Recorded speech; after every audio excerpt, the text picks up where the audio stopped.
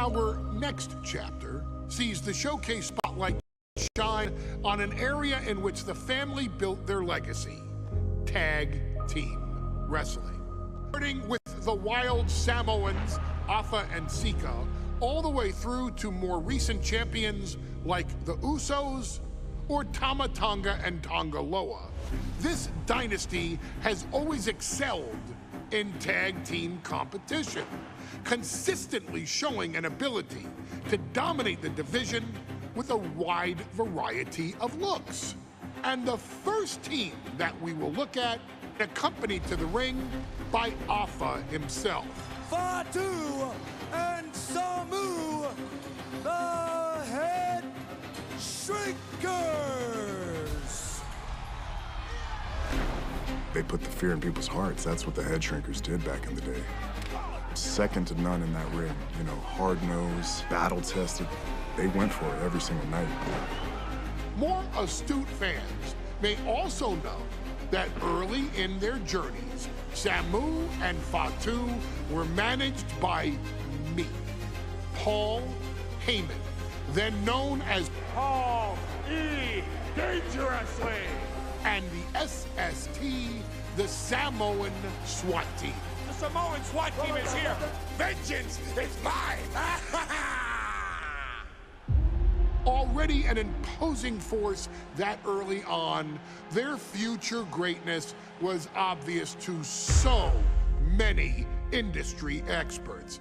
Afa, more than anybody, knew he had the team on his hands, with Samu being his son and Fatu his nephew.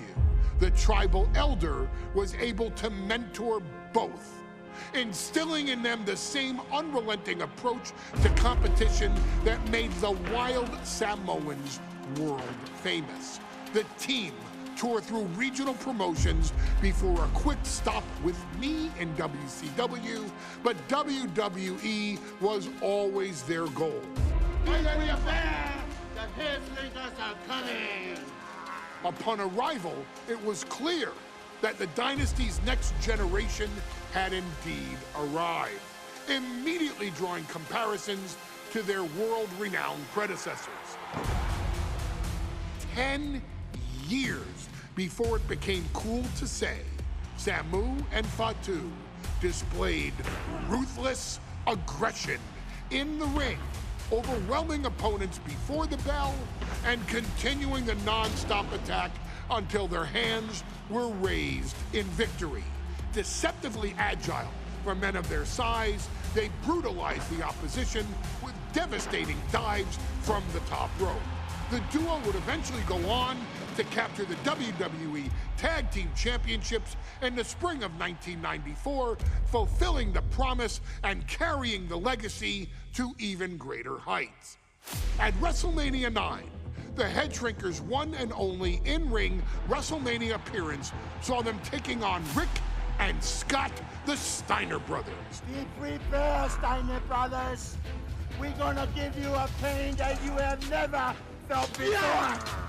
While I'm not one to make excuses, I am one to give opportunities to you, our expert gaming member of the WWE Universe. And so, today, you have the opportunity to make things right. WrestleMania 9, Las Vegas, Nevada. The Steiners performed at a near-perfect level that day, able to find every reversal and in the chaos emerge victorious. We are asking you to fix that, stop them in their tracks, and get the Head Shrinkers that WrestleMania victory you and I both know they deserve. But if you're not careful, you're going to find yourself reliving the very same memories that have haunted Samu and Fatu for years. Steiner lines, suplexes, Frankensteiners that will all bring your evening to a vicious, miserable end.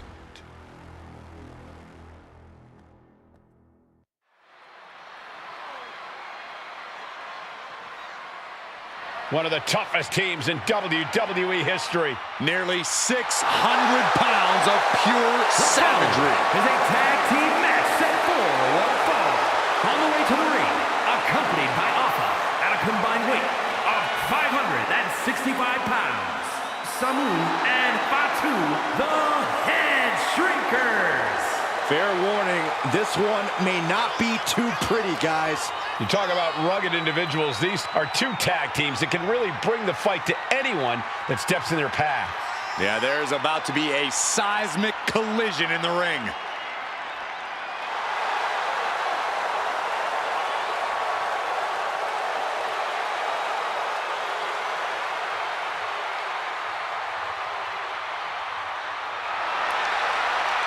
This match means so much to the Steiners and to the Head Shrinkers. Well, the whole world is focusing on WrestleMania 9, and the last thing you want to do is come up on the short end. Pride is on the line, and as is a stake to the claim of being the toughest team in all of WWE.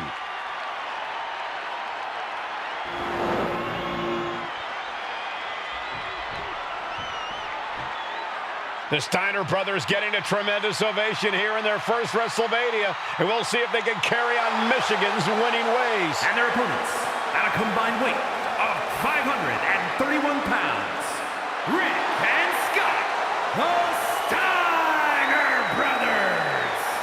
The Steiner brothers are one of the most promising tag teams we've ever seen in WWE. But Samu and Fatu are looking to stomp out any of that promise right here at WrestleMania. Let me warn the WWE Universe right now. This is going to be a brutal match. Just two heavy-hitting tag teams going at it. Physical, smash-mouth wrestling. And like Saxton said, it won't be pretty at all.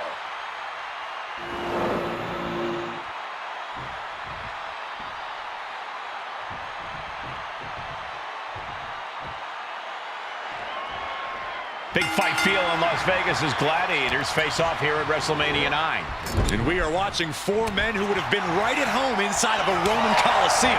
The Head Shrinkers and the Steiners are ready for a true battle. Both teams are relatively new to WWE, but we've seen that each duo is not afraid to get physical. Each side is looking for their first WrestleMania win, and they will do anything to earn it. Uncorked a big punch. The Head Shrinkers and Steiners are two of the brightest young teams in WWE, but they both come to this match with a few years of experience in WCW. The Steiner brothers earned many tag accolades in WCW, but Rick and Scott have the share of singles titles too. Meanwhile, Samu and Fatu were never quite able to break through before WWE. You know that has to serve as motivation for the Head Shrinkers tonight. There may be an abundance of togas in the arena today, but you're not going to see a lot of Greco-Roman wrestling out of the Head Shrinkers. They're just looking to hurt the Steiners. And that actually may help Samu and Fatu here. The Steiner brothers have earned most of their wins by utilizing their amateur wrestling skill set. I can't imagine they'll get many grappling opportunities against dedicated brawlers like the Head Shrinkers. The whole world is focused on WrestleMania 9 tonight. The last thing you want to do is come out on the wrong side of a match like this. That's right, a big win at WrestleMania means a big boost in the tag division and a substantial winner's purse. I don't think the Head Shrinkers concern themselves much with the financial matters, Saxton, but they are dead set on proving they're the toughest dudes around. A steady stream of moves taking out Steiner. Seeing some high-impact offense from Samu and Fatu thus far. I'm not sure the Head Shrinkers are even going for the victory. They just want to destroy the Steiners. Back body drop. Tags in here. He saw that being telegraphed. Before this match began. And there goes Steiner sent outside the ring. Fatu like a one-man wrecking machine right now. Cleaning house. Oh, look at this, the power by Scott Steiner. But the tag was made and Scott not aware. Big kick. Scott Steiner did not see the blind tag made by Samu. Oh, this is not looking good for Steiner. And this is what the Head Shrinkers do. Top-tier tag team wrestling. Steiner didn't see the tag, decided to hot dog around, and got a foot in the face for it. Somebody stop this competitor. Momentum moving towards Samu's corner. The head shrinkers smartly keeping themselves out of the grasp of Rick and Scott Steiner. There is a method to the madness of the head shrinkers. Ooh, and Samu fights back. As we find ourselves surrounded by all this pageantry, do you think either of these teams is feeling the pressure of their first WrestleMania? I can tell you that Samu and Fatu truly did not care. Alpha has turned these men into brutal fighters who simply want to destroy their opponents no matter where the fight takes place. And as for the Steiners, we know that... Nice takedown. Stack them up. And now a pin of their own. He cuts the pin attempt short.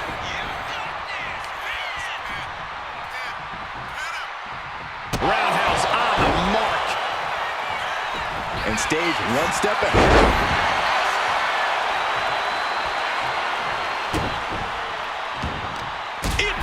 The reversal. Quick thinking that time. And we are really seeing the amazing skill sets of all four men in this tag team showcase. Well, we already knew about the brawling of the head shrinkers and the grappling of the Steiners, but men as big as these four behemoths should not be able to fly around the ring like they have thus far. It is made for an extremely tough act to follow, guys. Being placed in the corner here.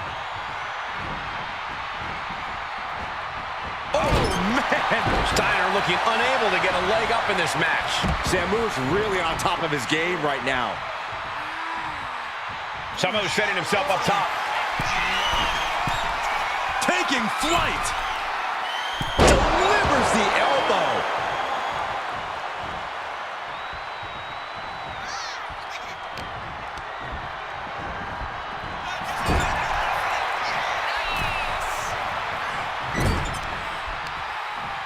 Uh-oh. Watch out. Oh, tossed hard into the ring post. Kick to the midsection prevents the attack.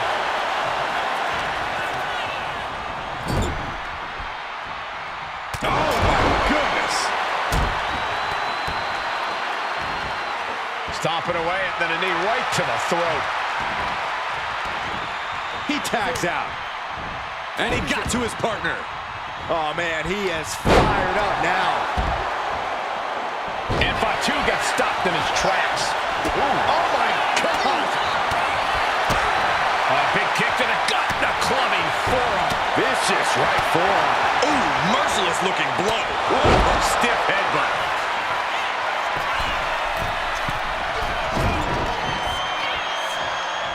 Clothesline. Really continuing to take a beating in this match. Yeah, I don't know how much longer a good defense will even matter at this point. He's able to counter that. A string of counters. And he is directed into the corner. Fatu is imposing his will. Looks like Rick is having trouble generating any sort of defense. So ruthless.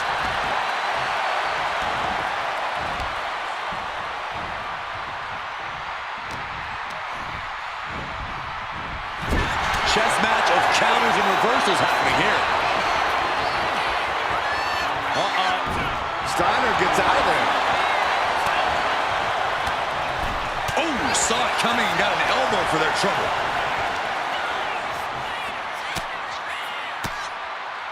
Oh, and the reversal by Steiner. Oh, and takedown. Gonna stack them up here. Look at Pin turning around here. Kicks out before the 2 count. Refusing to give up even an inch of ground as this match continues. The head shrinkers and the Steiners are engaged in an epic battle. From the top. Tumbling down. The steady stream of moves taking out Steiner. The attacks will not relent from Fatu. Watch out! He fails to connect. Ooh.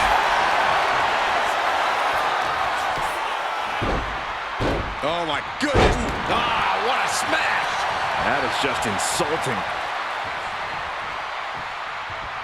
We've got a tag.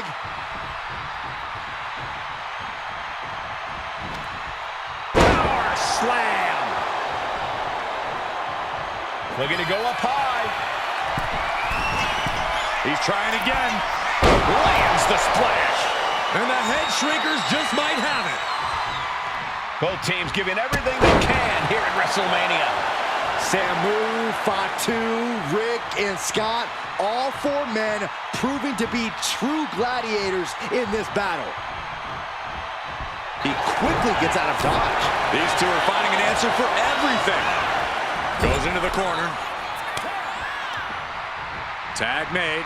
Double team incoming. Irish whip into the ropes.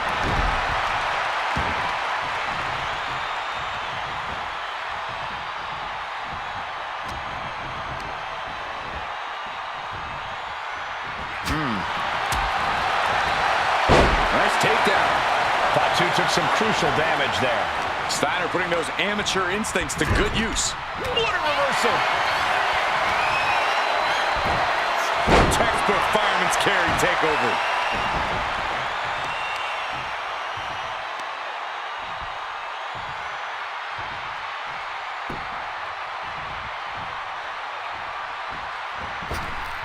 Oh, what a boot.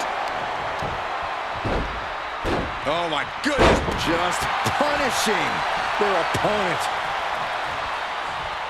Thunderous powerbomb flips the tables. Oh.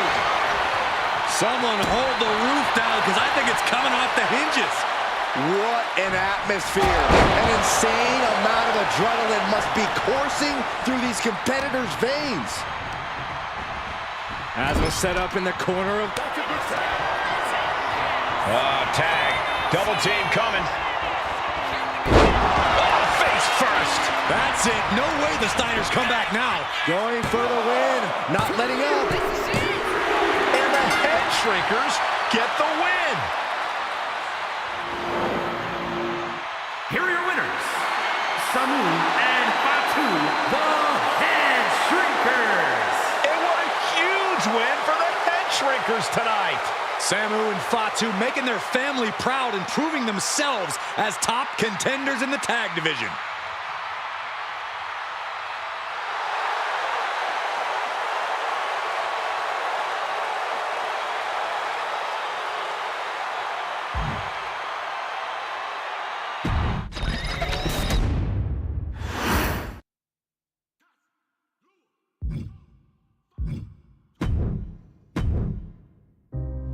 Our next chapter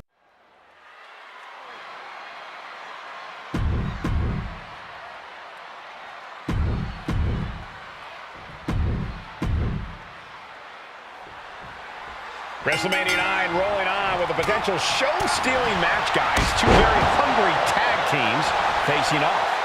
Indeed, Michael, the Head Shrinkers and Steiner brothers are both new to the tag division in WWE, but both teams are off to an amazing start so far. You have to imagine whichever team wins this high-profile fight becomes an instant top contender for the tag team championship. And with two teams this physical on such a big stage, it is indeed going to be a fight. In the corner, has to find a way out of there. Samu gets stymied. WrestleMania 9 shaping up to be a big night in the tag division, guys. Indeed it is, Michael. Two great young teams competing now. And later tonight, none other than Hulk Hogan will lead the Mega Maniacs against Money Inc. for the tag team titles. Odds makers in Nevada have the smart money on Hulk Hogan leaving Vegas with the gold tonight. Boom! What a right. Gosh. Boom! Good defense from him. Single arm back body drop. That takes power. Samu able to evade. Vicious right forearm. There may be an abundance of togas in the arena today, but you're not going to see a lot of Greco-Roman wrestling out of the Head Shrinkers. They're just looking to hurt the Steiners. And that actually may help Samu and Fatu here. The Steiner brothers have earned most of their wins by utilizing their amateur wrestling skill set. I can't imagine they'll get many grappling opportunities against dedicated brawlers like the Head Shrinkers. Samu and Fatu, already some success in the tag division tonight. Could really be their coming out party. Well, they certainly have a tradition to uphold, Cole. The man in their corner, Alpha, has held the WWE tag titles on 3 occasions, and he's primed to bring the Head Shrinkers to the top as well. And stomping away in the corner. Just ruthless. Samu dishing it out now. Seeing some high-impact offense from Samu and Fatu thus far. I'm not sure the Head Shrinkers are even going for the victory. They just want to destroy the Steiners.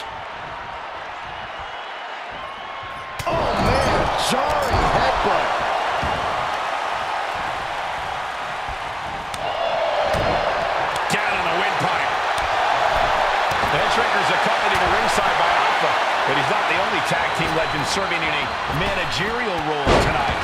That's right, Michael. Just like Alpha, Mr. Fuji earned many WWE tag titles as a wrestler. But now, he's hoping to lead Yokozuna to the WWE Championship. And looking at all the top young talent in this ring, I see many other main event stars of the future that could follow the lineage of Yoko. A masterful display of defense from both wrestlers. A roundhouse kick.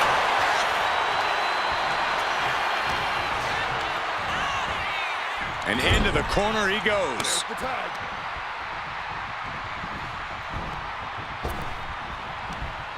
Launched into the air and hung across the top rope. Beautiful. Oh, oof. The Head Shrinkers and Steiners are two of the brightest young teams in WWE. But they both come to this match with a few years of experience in WCW. The Steiner brothers earned many tag accolades in WCW, but Rick and Scott have their share of singles titles too. Meanwhile, Samu and Fatu were never quite able to break through before WWE. You know that has to serve as motivation for the Head Shrinkers tonight. Has scouted, now can capitalize. Nice takedown, stack for the pin. Beautiful. Might sneak one. And only gets a 1 count. All the punishment he's taken, and yet he's still in this match?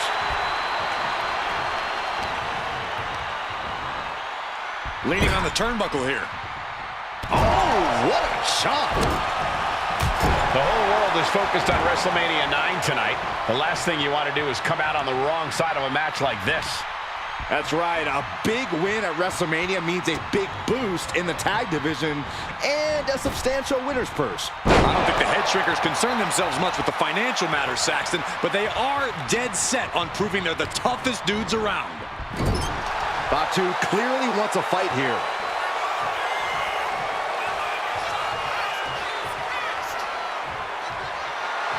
A great display of confidence, but he doesn't want to give his opponent added motivation. DDT!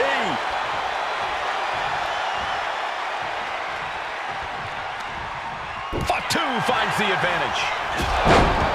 Before this match began, you heard, and Fatu into the pin for the win. Not so fast.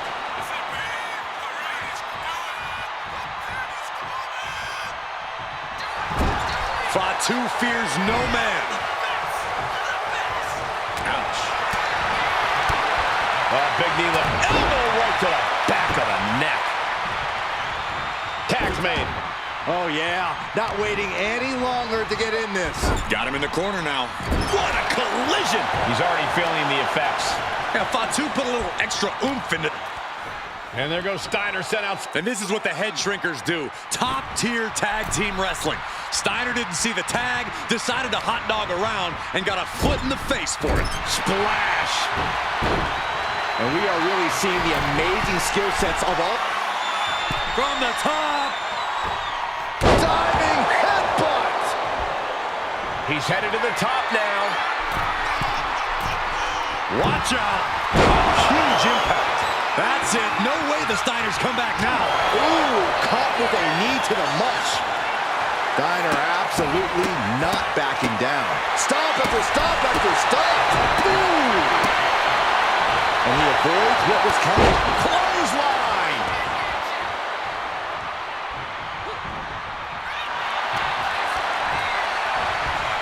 Gets driven into the corner. Tag made. Fresh partner in.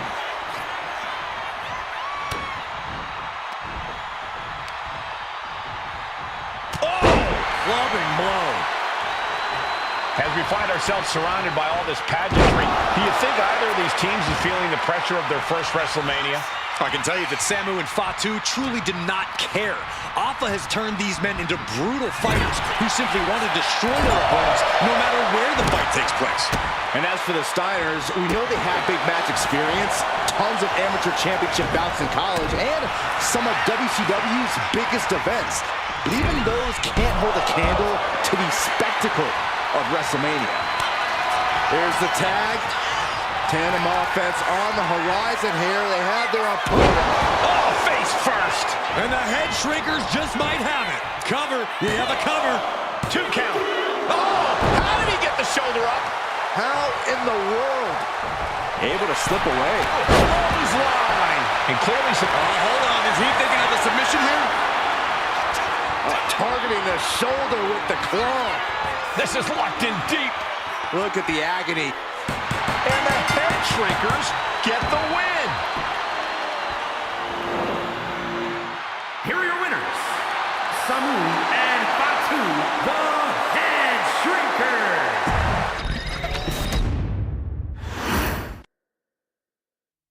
Hey, let's put this in the simplest of all terms. Dwayne "The Rock" Johnson is the biggest celebrity on the face of the planet today. Now, whether he's a blue chipper, the people's champion, or as we know him right now, the final boss, The Rock has always commanded all of the attention in the arena since the very first moment he made his WWE debut at the 1996 Survivor Series. Born into this business, The Rock would become WWE's first ever third-generation superstar, following in the footsteps of his father and grandfather.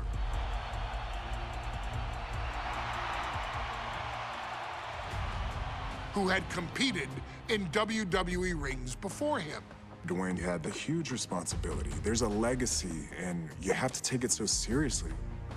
Even with incredibly high expectations, the Great One surpassed them all, along with the usual achievements if your name is The Rock: 2 Intercontinental Championships, 5 Tag Team Championships, 8 WWE Heavyweight Championships, a Royal Rumble victory, not even to forget the fact that The Rock once led an entire nation.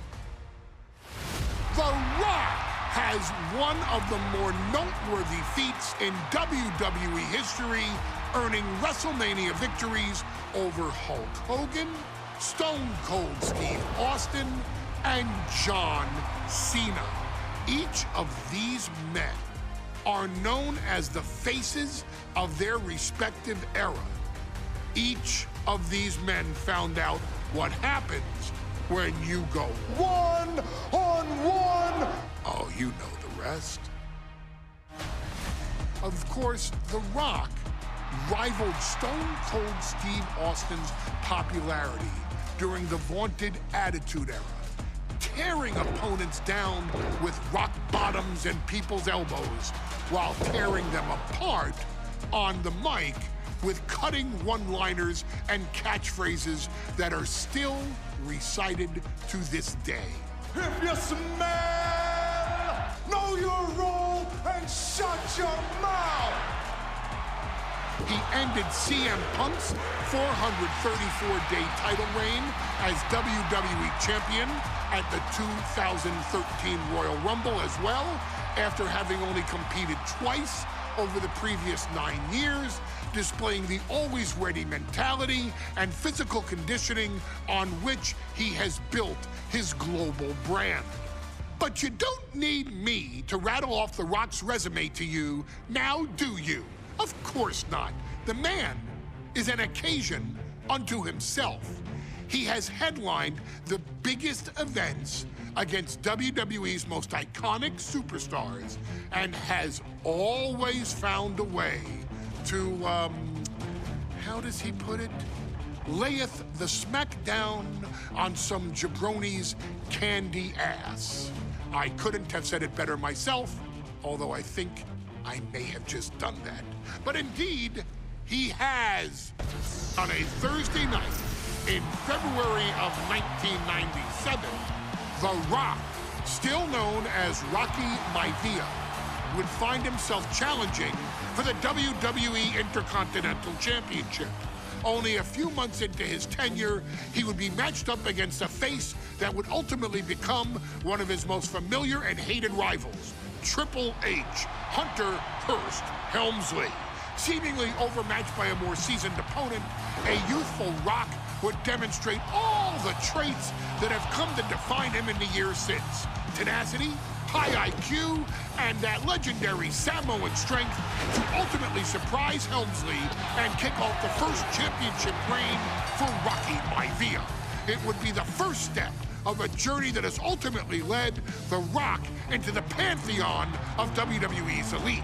So now it's all in your hands. It's up to you to showcase the undying drive that makes The Rock the hardest worker in the room to deliver a shocking upset against the Greenwich snob himself. Guide The Rock to victory over Triple H at a very special Thursday Raw Thursday to give the first jolts to what would become the most electrifying career in sports entertainment.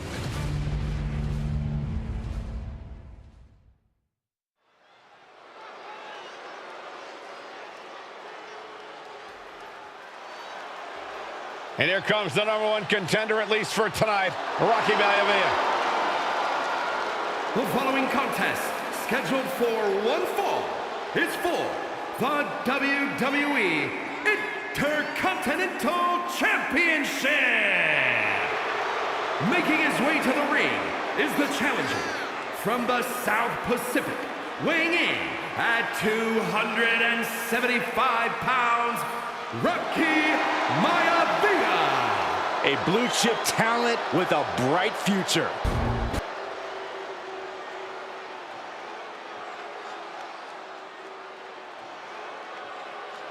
On his way to defend the Intercontinental Championship, Hunter Hearst Helmsley. His opponent from Greenwich, Connecticut, weighing in at 246 pounds, the WWE Intercontinental Champion, Hunter Hearst Helmsley. Helmsley is scheduled to face another challenger at an upcoming show this Sunday, and he's taking the risk, stepping in here against a newcomer, Rocky Maivia. Well, you can consider it risky, you can consider it overconfident, but any way you look at it, it's a dangerous move by Helmsley to take on an athlete who has been on a real roll. Rocky Maivia has been successful thus far in WWE, and Rocky is focused. Rocky is only thinking about tonight. Saxton, just curious, have you ever exercised your right to remain silent?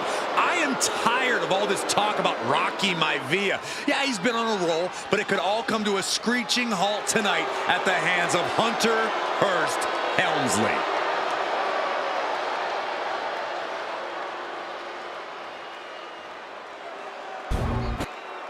You win this title, you are a top name in this industry.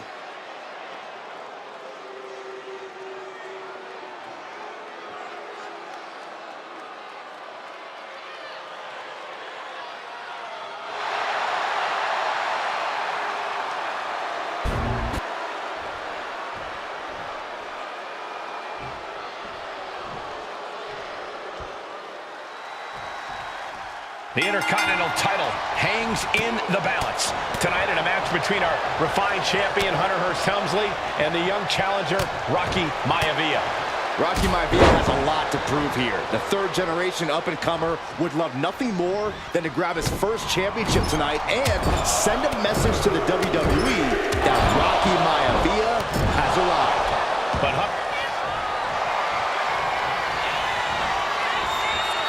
Cobra clutch, torturing their opponent. This is grueling. Look at the torque happening here. It's like living in a torture chamber. This can't last much longer.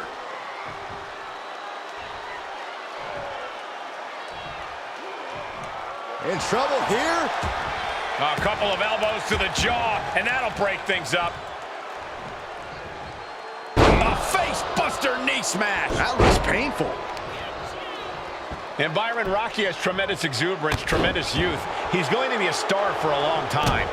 I think Rocky Maivia shows more promise than any other wrestlers I've seen come into WWE.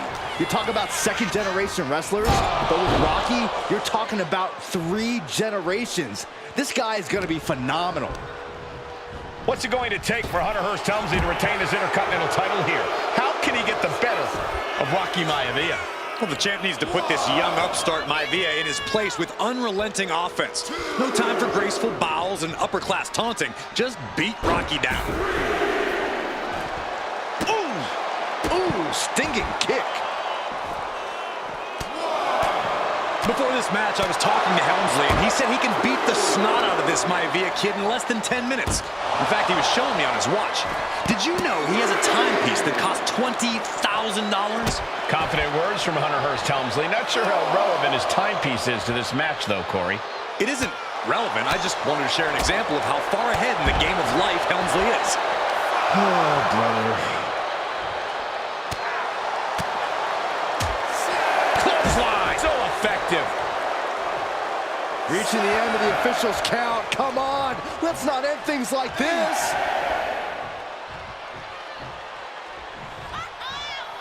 He's got to mind the count-out rules as he heads ringside.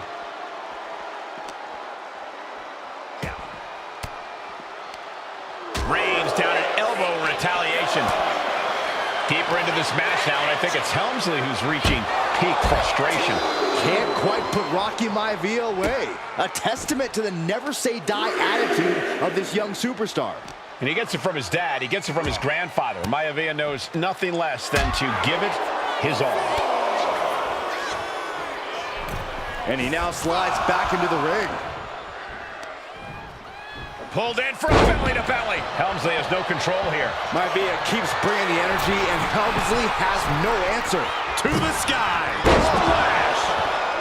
Maivia took to the sky and executed that high risk perfectly. I don't think Helmsley had that scouted at all. Counters right back on Rocky. He's able to take a stand there. That might be what gets Helmsley out of jeopardy. Oof, man, what a hit. And Helmsley just showing his huge edge and experience here. I would say the most cerebral Intercontinental Champion we've had. Cerebral, I like that description for Helmsley. They are feeding off the WWE fans, now pinning the arm down, and Goodness gracious. there it is, reversal.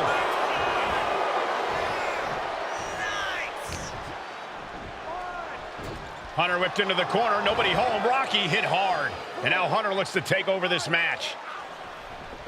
Helmsley muscling Maivia up to the top turnbuckle and a big right hand. Helmsley with something big in mind here for his challenger tonight.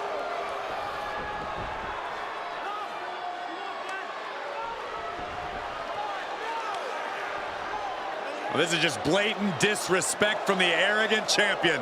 Almost daring Rocky. Hey, you really want my title? You really think you're going to be Intercontinental Champion?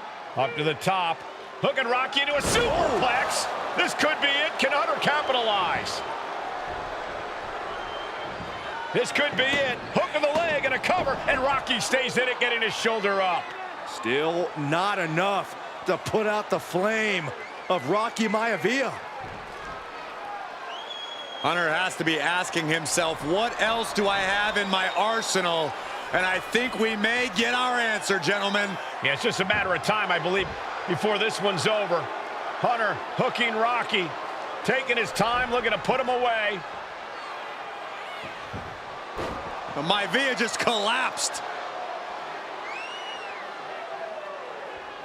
This just shows you how much damage Hunter Hearst Helmsley has inflicted on the challenger in this matchup. I think Maivia's done. Official might want to step in, call this one. The official checking on Rocky. Hunter Hearst Helmsley believes this is close to being over. Lifting him back up again. Rocky rolled through. Shoulders down. Rocky wins the title. Rocky Maivia has shocked Hunter Hearst Helmsley. Here is your winner, and the new Intercontinental Champion, Rocky Maivia. We have a new Intercontinental Champion.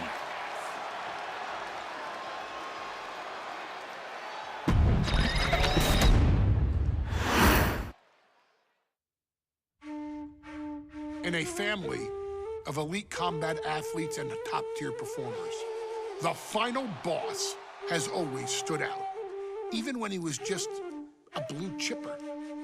But there wouldn't be a final boss. There wouldn't even be a bloodline if it wasn't for The Rock's grandfather, the High Chief Peter Maivia. You can think of him as the first boss. predecessor to the tribal chief. He is one of, if not the foundation for our family. The Anawa'i Fatu Maivia wrestling dynasty. I don't think there's anybody more responsible for what's going on now than the High Chief himself. Peter Maivia isn't simply one of the two principals behind the sacred blood bond. He's also an incredibly decorated professional wrestler who traveled the world and won titles everywhere he went. New Zealand, Japan, Europe, and here in the United States, where he enjoyed especially successful runs in Hawaii and California. Maivia would eventually find his way to WWE, engaging in legendary battles with the likes of superstar Billy Graham. His larger-than-life personality would win the WWE Universe over in short order, as it had throughout his entire career. In the ring, High Chief Peter Maivia was a potent blend of brawn and grappling technique, often muscling his opponents down to the mat through a variety of joint locks and then switching to more painful holds once grounded. His sleeper hold and stump puller were both feared and renowned, and make no mistake about it, Maivia knew there was always more than one path to the ultimate victory. Out of the ring, High Chief Peter Maivia also ran one of the most successful wrestling promotions on the planet, Polynesian Pro Wrestling, based out of Hawaii, showing his mastery of the business in every aspect. His induction into WWE's Hall of Fame class of 2008 was supremely deserved, forever enshrining Peter Maivia as the legend he always was. And now, we present to you the opportunity to walk in the boots of the legendary High Chief Peter Maivia, facing off against one of the most legendary WWE rivals, George the Animal Steele. You will settle this score once and forever, and showcase the overwhelming strength of Peter Maivia, which has ever since remained as a hallmark for every single solitary member of this bloodline. Steele is no easy battle, though. He thrives in the chaos, one of pro wrestling's true madmen. He'll even try to eat part of the ring if he thinks it'll help him break you down. So do your best and honor High Chief Peter Maivia properly with a resounding victory.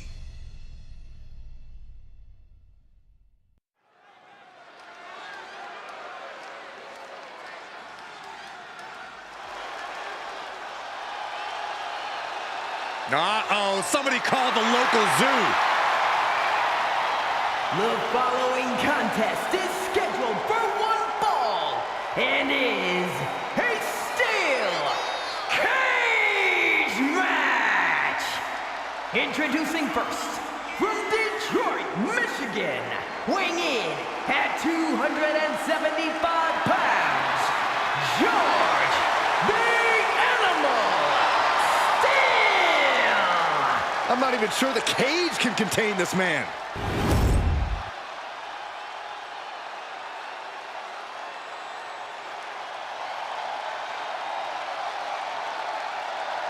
And strolling down the aisle, the opponent of George Steele, Peter Maivia.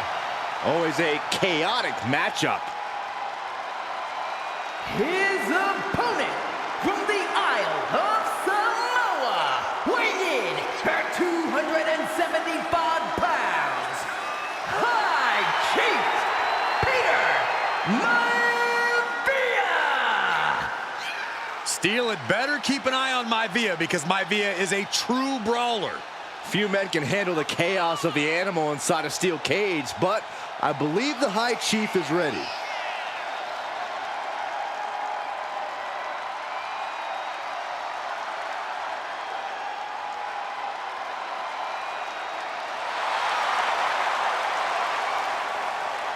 Maivia carrying such pride into the ring.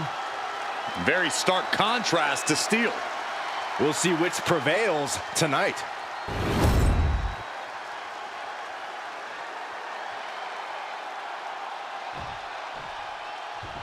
High Chief Peter Maivia taking out George the Animal Steel in a steel cage match. Quite a heated history between these two guys. Yeah, Michael, and I think it's because Maivia is one of the few superstars brave enough to take on the Animal. Most of their contests have ended in countouts or disqualifications. Thanks to the cage, we'll get a decisive victory in this one. Well, that really depends on if a cage can even contain them. Some folks call Peter Maivia the Flying Hawaiian, and the reasons are obvious for that moniker. But guys, how has he earned the other nickname of the High Chief? Well, Cole, Peter Maivia is very close to the Anoa'i family. In fact, Peter's considered a blood brother to the patriarch of that clan. When you add on the fact that Maivia was born and raised in Samoa, you can see the great pride he has for that land and its people in the tribal ink that covers his body. Oh, great wherewithal there. They're showing blatant disregard for their opponent into the cage.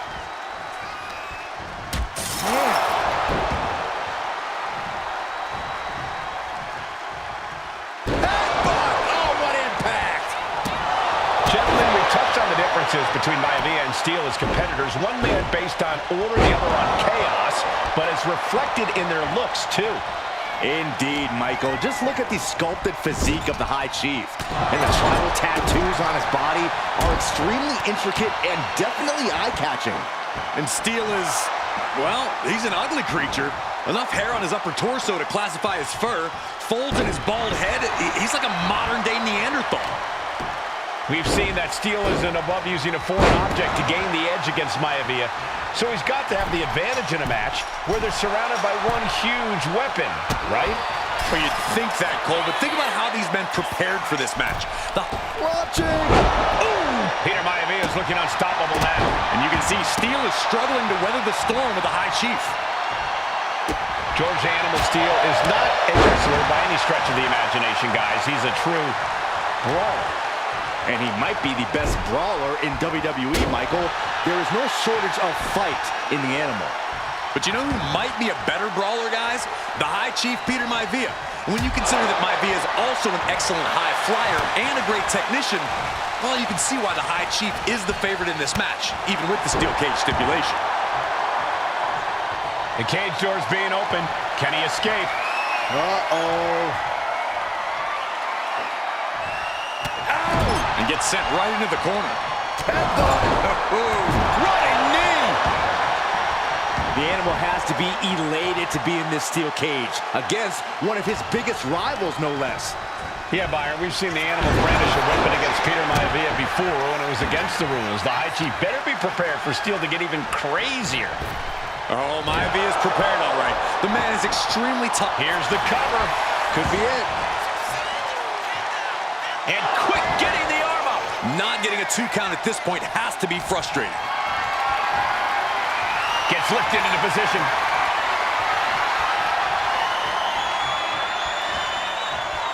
I'm getting dizzy just watching.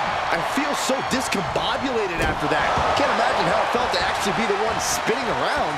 Well, the unorthodox style of George Steel is certainly working well at this juncture. Let's see if Maivia has an answer for the Animal. From the top, double axe handle connects. Steel turning Maivia into the hunted here, looking to dethrone the High Chief. That unraveled on George. When a man like Peter Maivia signs up for a match with the Animal, he doesn't know what to expect, just to expect anything in the world. Peter Maivia knows full well that he's in for some unusual treatment tonight. In fact, Steel often has trouble finding opponents due to his erratic nature. But when it comes to competition, the High Chief wants to prove he's worthy of that name. Peter Maivia will take on any competitor, no matter the difficulty. He's trying to escape. He's got to give everything he has to push himself over the top. You can almost taste it now. Having a problem lifting that other leg over. This fight continues.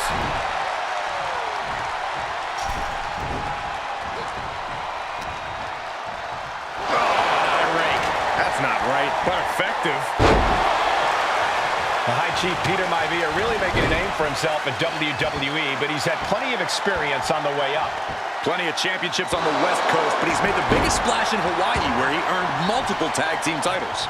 Oh, yeah, Maivia is a huge... And what he's looking for here looks like a potential submission maneuver coming. A stump puller. It's in deep, the leg bending awkwardly. Working to take the base away in the most pain... He lets go of the hold, but I don't see any reason for it. No telling what's going on in his mind right now, Michael. Maivia overwhelming his opponent here. Yeah, Maivia has really figured the animal out here. Oh, man, right to the esophagus. Nothing fancy there. Peter Maivia very tough, but he also has movie star good looks. Quite the combo. And it served him well, Michael. In fact, the High Chief has major acting and stunt work credits to his name. And who knows? Maybe we'll see the Maivia name on Hollywood billboards again sometime. Well, before any of that happens, the High Chief... Oh, look at the start of this. Could be going into the playbook for submission. The stump puller. The more he fights, the more pain he's in.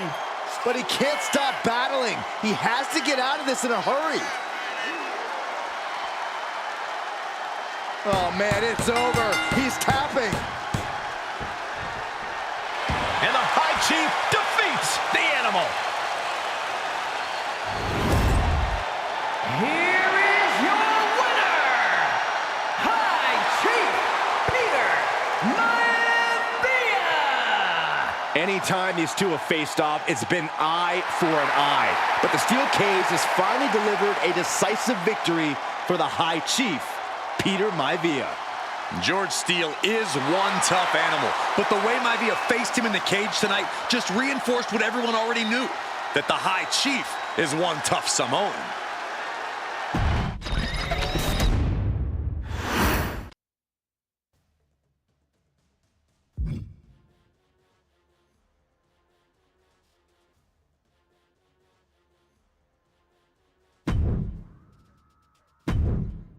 She's not like most girls.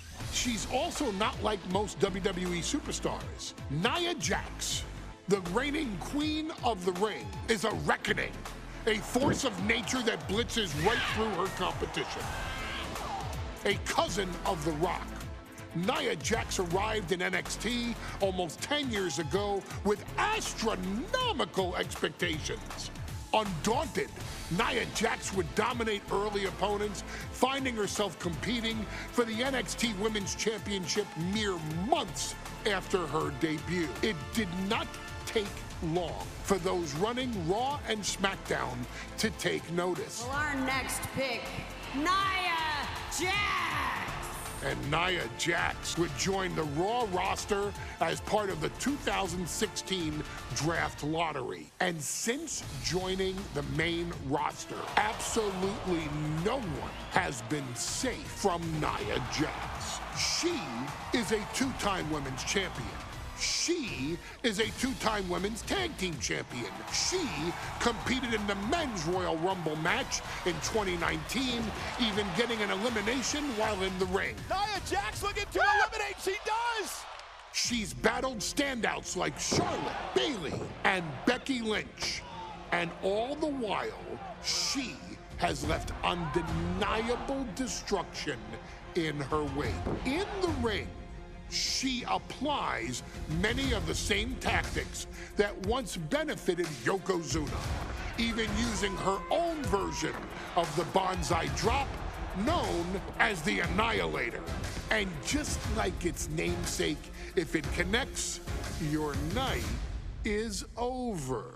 And Nia Jax remains driven for even more success, jumping at any opportunity to prove her dominance. This last year, that included entering into the 2024 Queen of the Ring tournament after earning victories over Naomi, Jade Cargill, and Bianca Belair. Nia Jax would fight her way into the finals, taking on former NXT Women's Champion Lyra Valkyria. Valkyria built a lot of momentum, defeating Dakota Kai, Zoe Stark, and Io Sky to punch her ticket into the final at the Queen and King of the Ring. With an obvious game plan, Lyra would look to stick and move, avoiding the colossal attacks of her opponent. Unfortunately, as often happens when competing against Nia Jax, Lyra made one miscalculation, and that error in judgment provided Nia Jax with the opening she needed to annihilate her competition. This is your opportunity to crown the first queen in Bloodline history. Make Lyra suffer.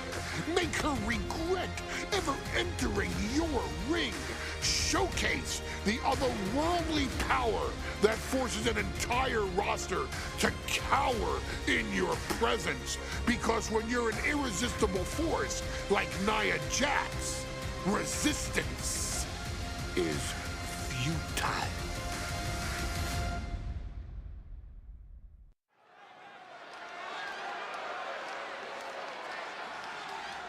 And now a dark horse will face an unforgiving titan in hopes to don the crown. Lyra Valkyria versus Nia Jax in the Queen of the Ring Finals.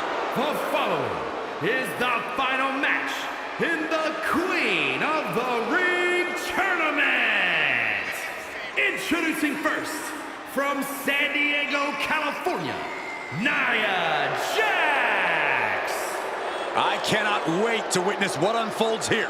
The irresistible force has been on a tear recently. And Nia believes the crown already belongs to her. Will Jax's menacing presence and sheer power be too much for Valkyria to overcome?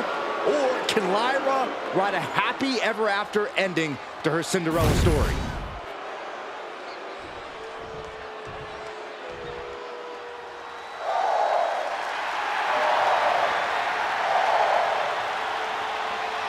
Lyra Valkyria fancies herself a Morgan, which is an Irish goddess of war.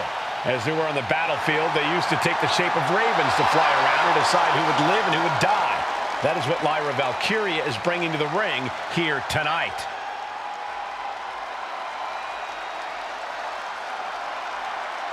And her opponent, from Dublin, Ireland, Lyra Valkyria. Lyra Valkyria may have read a little too much fantasy in her day, and now is reality. Lyra Valkyria is about to go toe-to-toe with a real-life, fire-breathing dragon in the form of Nia Jax. Nia Jax, who's in the best physical condition of her career, tonight will make someone. Will it be Lyra? Will it be Nia? We'll find out in a matter of moments. And guys, you win the crown. Guess what waits for you in August? A date with the champion of your respective brand at SummerSlam.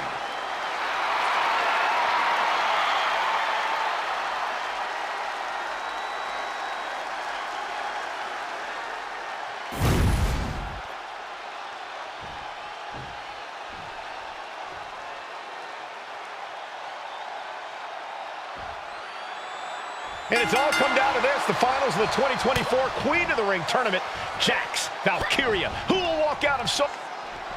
And Nia now misses wildly. Lyra goes up over the top. Nia's got a caught, though. Lyra trying to rely on her technique to bring down the irresistible force, but having no luck at the moment. I'm not sure this is going to work either.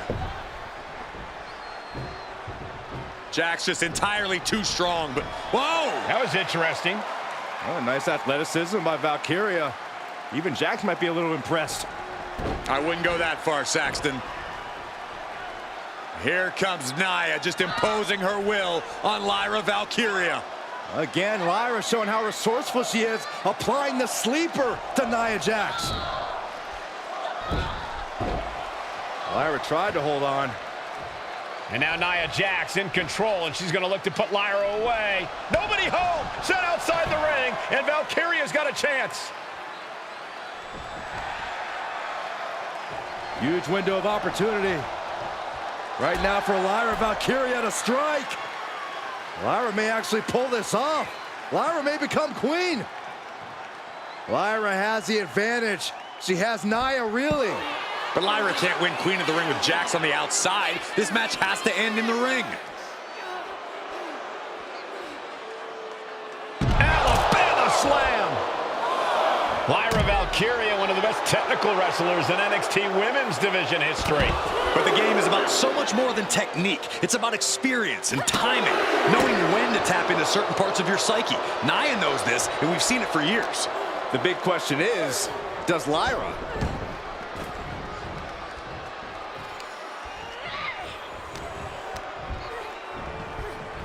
Placing her against the turnbuckle. Monkey flip! Some agility gets her out of dodge. These two are clearly fired up, going blow for blow.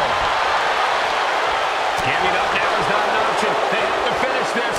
Back and forth, neither one giving up any ground. What impressive determination from both competitors, keeping at each other no matter what. WWE Universe appreciating these athletes going all out. Toe-to-toe, treating each other like heavy bags. Good night. Good grief. Nia doing exactly what she set out to do, keeping Valkyria grounded. Now Jax needs to stay the course, and the crown will be hers. Didn't go to plan for Jax. In just a matter of minutes, we'll have our second Queen of the Ring. The first, of course, being Zelina Vega. But you've got to believe that Zelina will want a shot at whichever woman wins this. She beat the woman now known as Piper Niven that night, so you know Queen Zelina can strike down an enemy of any size.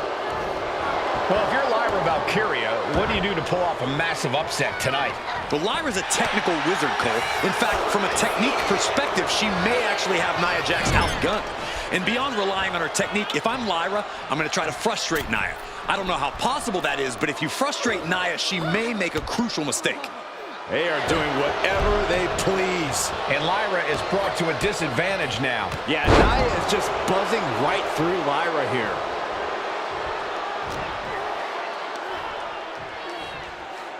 Great power. It's a Samoan drop. There's so many moves at Nia's disposal that she can end this match with. For Lyra, not nearly as much. Yeah, I can't imagine it'll be easy for Valkyria to pick up Nia Jax and drop her with the Nightwing. Please, let's call the move by its... Valkyria crushed in the corner by Jax. Squashing Lyra in the corner, and the beginning of the end may be near. And Nia now, with Lyra on her back, gonna climb up to the second rope. This is a scary situation for Lyra. Oh, look at this. Maybe not. No way. There's no way. Oh, my. Oh, no. Good night, Annihilator. Here is your winner and the new Queen of the Ring, Nia Jax. What a victory to the brand new Queen of the Ring. Nia said she would do it, and she backed up her claims. And now the Chief Content Officer of WWE and Triple H going to come in to congratulate Nia Jax, officially crown her the Queen of the Ring. Absolute dominance by the new Queen.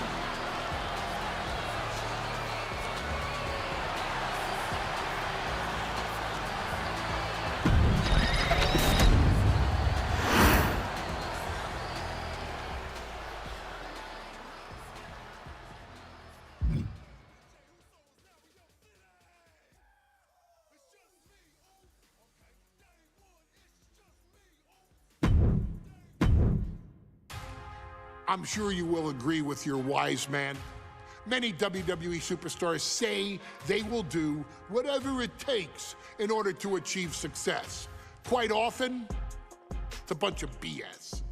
But if you're lucky, you may run into someone who is willing to look out for the group. Someone willing to make sacrifices. And for this family, there was no one better than Rikishi. After the Head Shrinkers run in WWE came to an end, Rikishi, then known as Fatu, would go on a journey of self-discovery. This journey would lead to him taking on the name Rikishi. A subtle nod to his cousin Yokozuna, as well as an opportunity to start fresh with a global audience. Well, my dad, you know, when he became the Rikishi character, when you think about Samoan wrestlers, right, or mean, or aggressive, he made it like his own flavor, right? You know, he had the blonde hair, still carried the aggressiveness, but I think he just wanted to add like a little flavor to it. It became even more popular to our culture. Rikishi blitzed WWE from the jump, devastating opponents with new tricks and winning people over with his fat-ass dance moves. That Rikishi is fat, all right. P-H-A-T. And with this wave of newfound momentum came even more success, with Rikishi capturing the WWE Intercontinental Championship and displaying incredible athleticism in iconic moments like when he dove off the top of the steel cage. The year 2000 belonged to Rikishi. But little did anyone know, Rikishi held a dark secret regarding a decision he'd made not for his own benefit, but for the benefit of the family. It was at the 1999 Survivor Series that Stone Cold Steve Austin was hit by a car in the arena parking lot, forcing him from the main event later that night for the WWE Championship. For nearly a year, all of WWE was consumed with figuring out who was driving that damn car and why Austin was targeted in the first place. The verdict came in. The car was driven by Rikishi. Rikishi would stand strong. Stone Cold Steve Austin. I didn't do it for me. I did it for The Rock. What? Rikishi would lay out a years-long gripe that WWE preferred Steve Austin to The Rock, and so Rikishi had made sure that The Rock's only competition had been removed from the picture. Rikishi sacrificed his own popularity to reach this goal. The Rock thrived while Austin was on the shelf. For Rikishi, the struggle and fall was all worth it. Rikishi knew that he would eventually have to face off with the Texas Rattlesnake to answer for his sins, and he welcomed that meeting with open arms. What Rikishi was unprepared for was for WWE to stack the deck entirely, looking to make Rikishi pay for taking out their golden goose. Stone Cold Steve Austin was allowed to drive his truck directly to the ring and was generally given the freedom to do whatever the hell he wanted in the name of revenge. We are going to make things right. This time, when Rikishi and Stone Cold Steve Austin lock horns, there will be no stacking of the deck. Someone willing to give of himself so that his family, this family, can succeed, deserves better. So get in there and showcase the never say die spirit that has led this family to victory time and time and time and time and time and time again.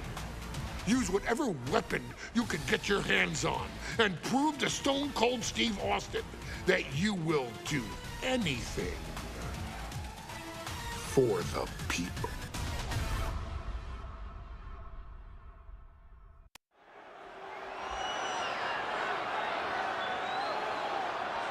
Is it legal to not show up? Rikishi has brutalized Austin lately. Austin will be here, Byron. I just refuse to think anything else. The following contest is scheduled for one fall and is a no-holds-barred match. Introducing first, from the Isle of Samoa, weighing in at 424 pounds, Rikishi! We have learned more about Rikishi in the last couple of weeks than we knew about him his entire career here in WWE. He said he ran over Austin not for himself, but for The Rock. Right, and now he's coming out here, and I guess if Austin doesn't show up, the general manager is going to have to come out here and declare this is a forfeit, and Rikishi's going to win it. This man makes me sick.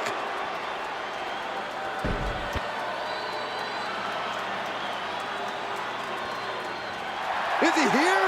Well, there's the Rattlesnakes music. He's here.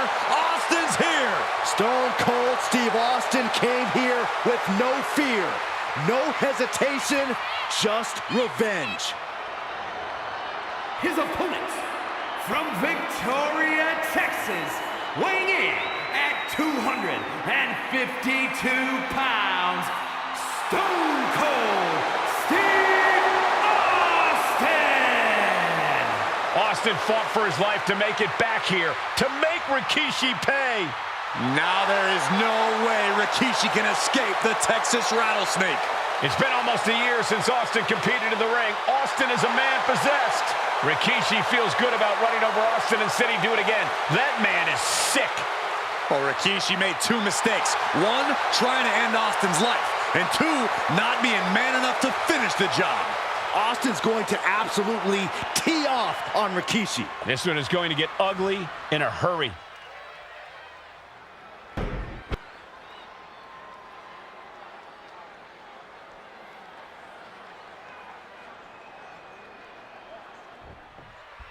We now know the sick, demented side of Rikishi. Rikishi almost cost Austin his life and said he's here tonight to finish the job.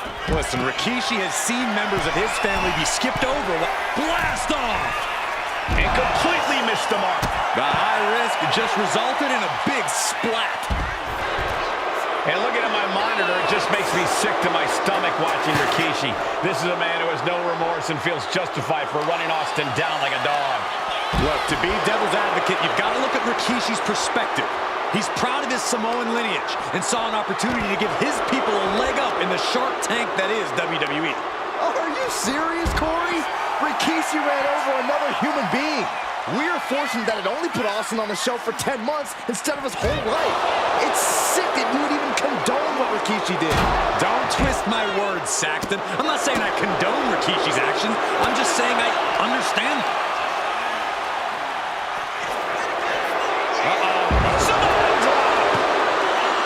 Although The Rock wants nothing to do with this altercation, we have to mention the sadness Rikishi has brought to him. Rock might be innocent in this whole ordeal, but I feel that somewhere inside his soul, The Rock is happy with what Rikishi's done. The Rock is proud to have Rikishi and his family. Well, Corey, what kind of lies are you trying to spread? We've heard Rock say Rikishi deserves what Austin is going to bring him. There's no family pride in that statement. I'm just saying that blood is thicker than water, and it's been an easier ride for Rock without Austin in the picture. And that's thanks to Rikishi. Sounds more like Rikishi is trying to take credit for all the Rock's success. The Russian leg sweep. I'm worried our announce table will soon be in the line of fire here. Who cares about the table? What about us? He gets into the ring. Big punch finds its mark. Here we go. Time to work out some aggression. And reversed it. Just teeing off with that fight forever vibe. Big shots being fired right now. Neither competitor letting up. You can feel the contact, and so does the WWE Universe. Boom! Bam! The willpower, the sheer guts of these two. Rikishi finds his target with that one. And he goes crashing to the outside. He's out of the ring. What does he have in mind now? Austin and Rikishi trading heavy artillery on the outside, and here comes the Rattlesnake. Stone Cold Steve Austin fired up and revenge on his mind. You got to think about how bad Austin has wanted this ever since Survivor Series last year. Been dying to get his hands on Rikishi. All of that venom, all of the vitriol inside of Austin being unleashed on Rikishi right now. Remember, this is no holds barred. Anything goes. Austin has Rikishi down. The Rattlesnake is red hot. And do you hear this capacity crowd? They want more from Stone Cold. All but he wants to see Rikishi get beaten down like a pile of human filth. This conflict is beyond disturbing. Corey, what's going through Rikishi's mind when it comes to defeating Stone Cold? Rikishi has to be prepared to endure an emotional storm like he's never felt before. The big man must recover from that and use his weight to immobilize the rattlesnake, because we know Austin will not stay down. And we know how despicable Rikishi has been, but to throw the vinegar on the rattlesnake's nest, Rikishi goes and destroys Austin's truck with a sledgehammer. Well, hell hath no fury like a man who has his car tampered with. It's just extra motivation for every fist Austin lands in this fight.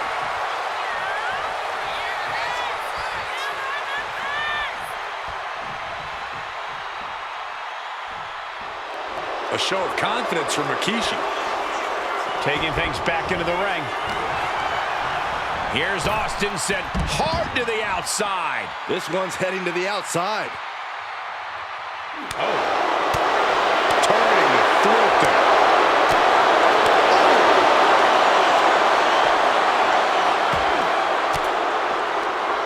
Nice counter by Austin.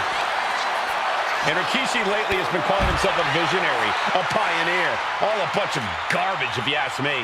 Well, those aren't self-imposed labels, Cole. Those labels are coming from the family, coming from a group of wrestling legends who are proud of Rikishi for standing up and making a change in this business.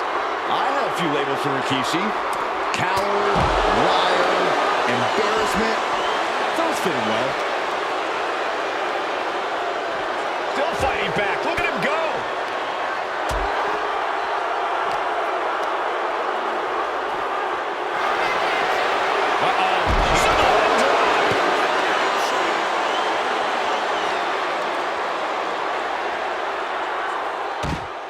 And Rikishi slows Austin down with a thunderous right. Austin's in trouble. And now steel chair. Oh, and Austin, he just averted disaster there. And now Austin gonna deliver the punishment with the steel chair.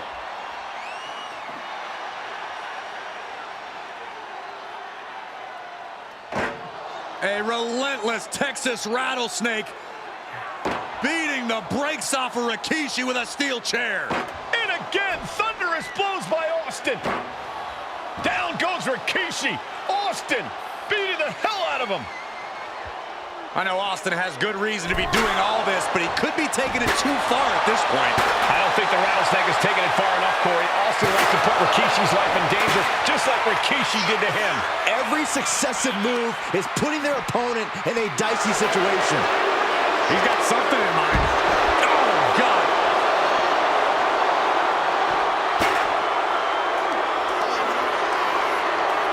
Uh-oh. Rikishi driver. Rikishi got all of it.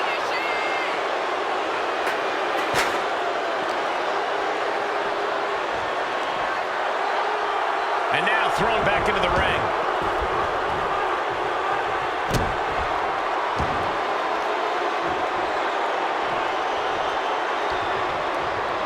And he has an answer for Rikishi. Find some payback with it. Nothing fancy here. Instant victory. Shoulder up, shoulder up. A long 2.5 in the waning moments of this match. Oh, no. Now possibly setting up for a submission maneuver. Just excruciating pain. There's a single leg camel clutch and a ring counter.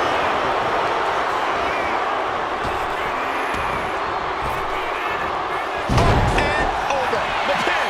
It's all or nothing time. He breaks the ref's count before 2. Still gonna take a massive effort to keep him down. Turns it around. Connecting on the DDT. Going outside. What's he got planned here? Call your shot over the left field wall. Somebody's thinking about swinging for the fences.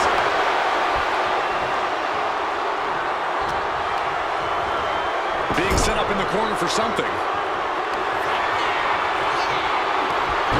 Not a headbutt. Rikishi ready to go. Not done yet. The wheels are turning for Rikishi as he ascends up the ropes. Shaker! It put Austin down!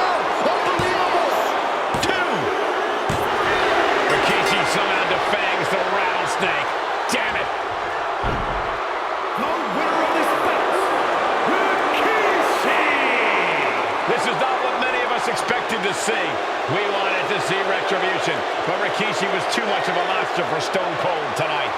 The vitriol that consumed Rikishi powered him to finish the job and leave a battered Austin in his rear-view mirror.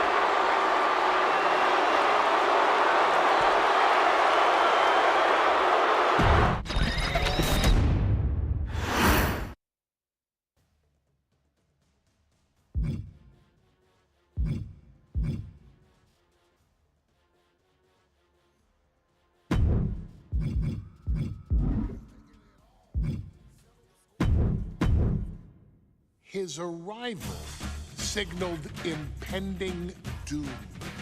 His very presence was enough to intimidate even the bravest WWE competitor. His name itself simply meant the end. And if you found yourself standing across the ring from Umaga, you were most certainly coming to the end of your own road. The younger brother of Rikishi, Umaga, was every bit the Samoan bulldozer that his nickname would suggest, mauling opponents with ease, relishing the chaos that he created. A menace to the entire roster, an unrepentant badass, Umaga tortured his prey with high-impact collisions before ultimately sealing their fate with his vaunted Samoan spike, a vicious move used today by Solo Sikoa. Inside the ring, man, he was just a complete monster. Anybody that stood in front of him, he was gonna wreck him no matter what he had to do. He was just a crazy, wild Samoan. Outside of the ring, man, just a loving guy to be around. A fun uncle. Always joking, always barbecuing at his house. I always looked up to him. He was just so cool. Perhaps an unheralded aspect of Umaga's game was his mastery of mental warfare. Umaga loved to present a wild, out-of-control savage, one who needed manager Armando Alejandro Estrada to handle all the details while he destroyed opponents. Umaga was the perfect definition of the word aura. A two-time intercontinental heavyweight champion, Umaga established himself as one of the purest forms of dominance to ever set foot in a WWE ring.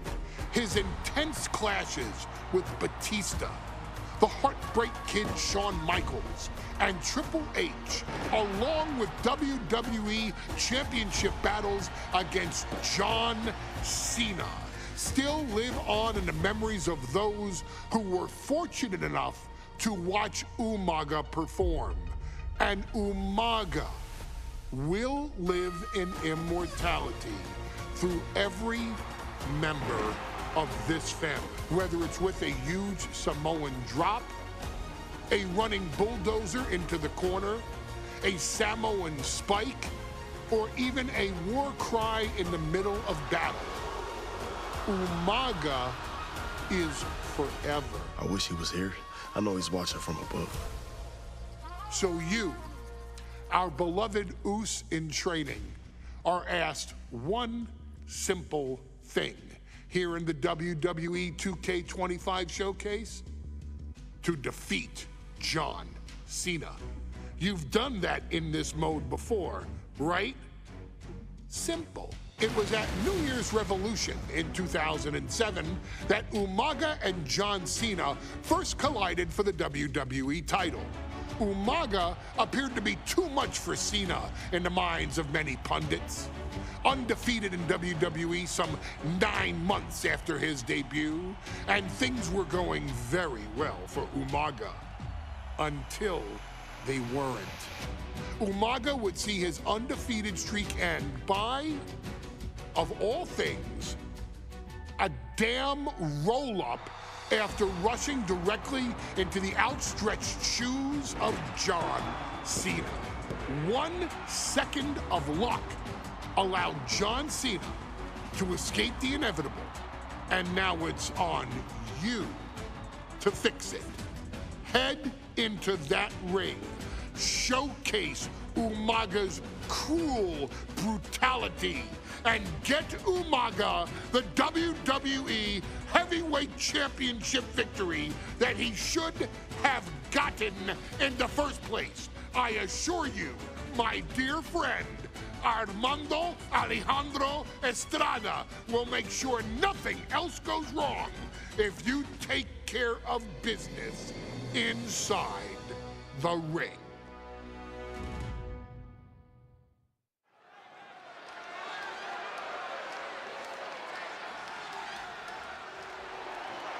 Well, ladies and gentlemen, here he is. He could be the next WWE champion, the near 400-pound Umaga. A man that since debuting right after WrestleMania 9 months ago has remained undefeated. And Umaga has been in the ring, Byron, with the best of WWE. This man looks, moves, and sounds like a movie monster. Except Umaga is for real. He is a Samoan bulldozer, an 18-wheel version with a mean streak. Big, athletic, strong, and probably gonna outweigh John Cena by well over 100 pounds. Since 1963, the WWE title has only changed hands twice here in Kansas City. That's twice in the last 47 years. But Umaga is a scary human being, and he can easily change that trend right here tonight.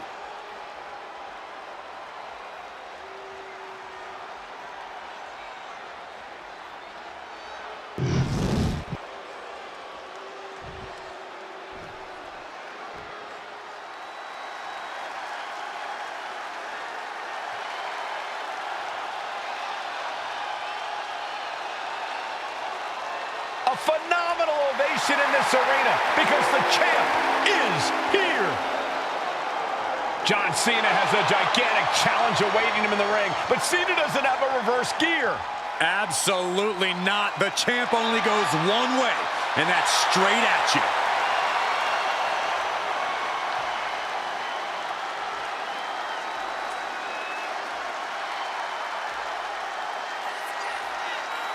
John Cena, a three-time WWE champion, the handler of Umaga, Armando Estrada, trying to control this undefeated challenger. Once the bell rings, these two are going to go at each other full force.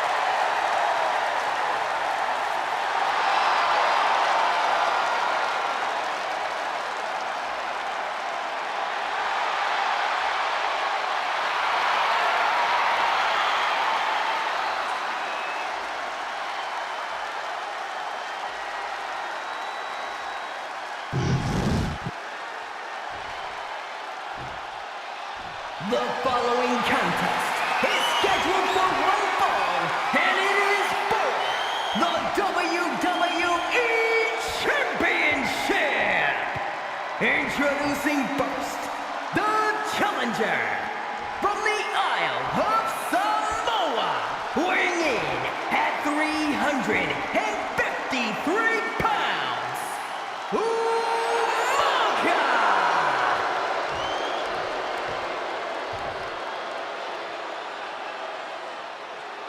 And from West Newbury, Massachusetts, weighing in at 248 pounds, he is the WWE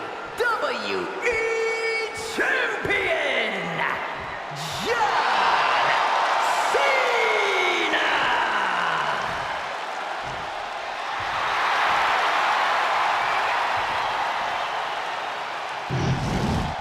You win this title, you are primed for big things.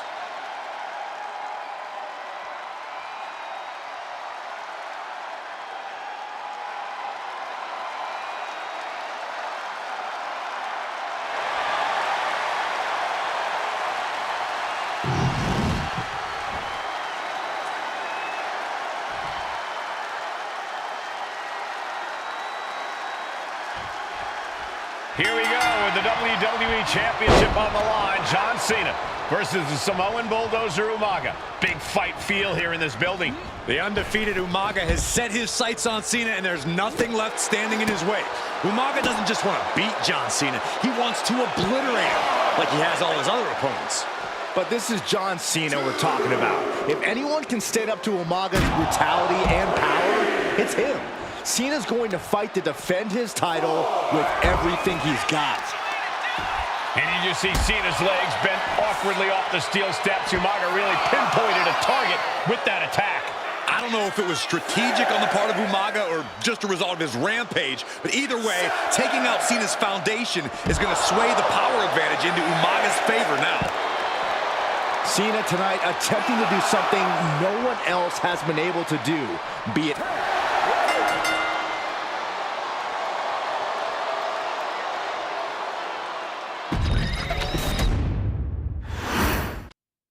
John Cena and Umaga battling here for the WWE Championship. Will John Cena halt the Samoan Bulldozer's path to destruction? Cena's going to have to go all out to accomplish that. No one has been able to withstand Umaga thus far. This brutal Samoan has made a mockery of his challengers and is perhaps the ultimate super heavyweight threat. As Cena could be in for the greatest challenge as champion tonight. But if anyone can overcome the terrifying ruthlessness of Umaga, it has to be John Cena.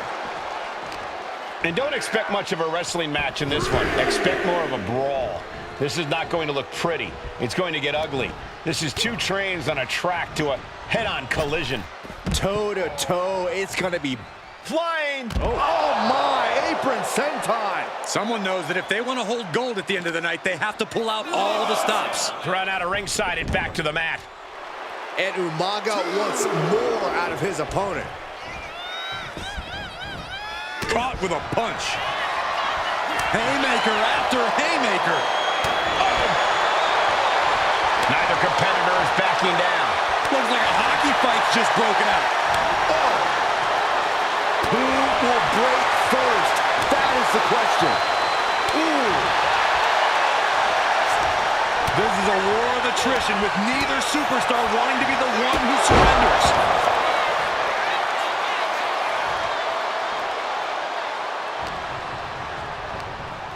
Oh, and he gets discarded out of the ring.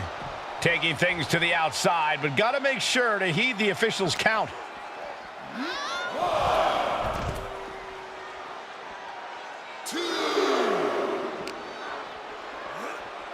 And he gets sent back into the ring. Oh. Hey, let's remember this event last year, Byron. New Year's Revolution has not been kind to John Cena. He lost his championship a year ago at this same event. A mental hurdle Cena needs to overcome for sure. But the past is the past. I think John has a much bigger distraction in front of him right now. Stamina is going to be a key factor in this match tonight. Can Cena weather Umaga's vicious attacks? Can Umaga keep up the offensive pressure as Cena drags this into deep waters? I think you're right, Cole. This might just come down to who has more gas in the tank. Looking to explore things ringside now. Whoa, monkey flip. I love it. We should probably, we should probably go. Back into the ring now.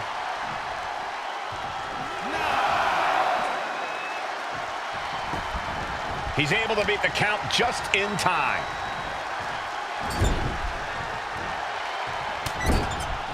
Shoulder tackle to the body. Such a unique situation for the champion John Cena tonight. This could be the first time in Cena's career that he comes in as an underdog champion. Up high! Nobody home! What an impact! Nice counter by Cena. Let's see what they call Big Mac John. And the greatest of all time, John Cena, the 16-time world champion. Man! This was all but over. And a strong kick out in one. He's still got life in this matchup. Counter. He knew just what to do.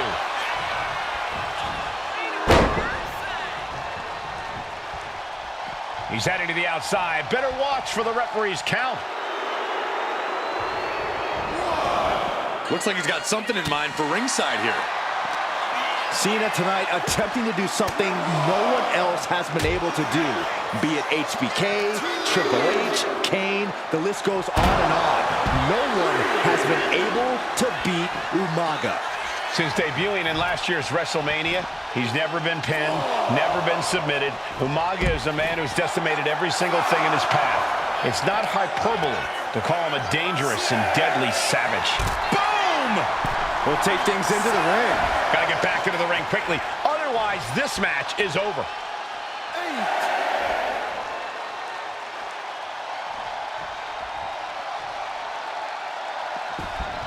And finally recognizes the count and gets back into the ring. Momentum is running away from Umaga. Cena has found an advantage and is trying to cut Umaga off at every turn. He's looking to take things to the outside now.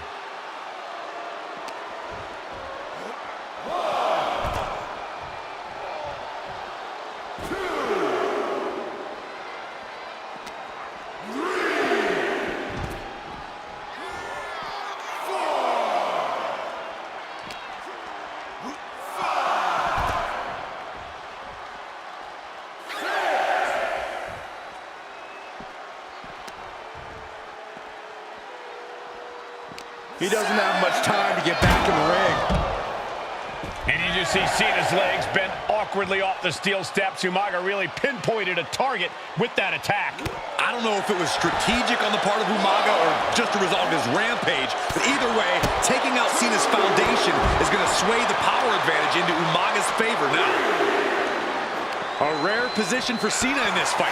We can't often say that John's overpowered in a matchup, but this 360-plus pound Samoan bulldozer is more than a formidable opponent. Listen, sometimes when there's a fight, you're not always going to be the biggest. You're not always going to be the strongest. And even if that is the case for Cena tonight, John Cena has never met a fight he didn't like. Cena will try to gain strength from this capacity crowd in Kansas City, but not even that may be enough to stop a rampage in Umaga.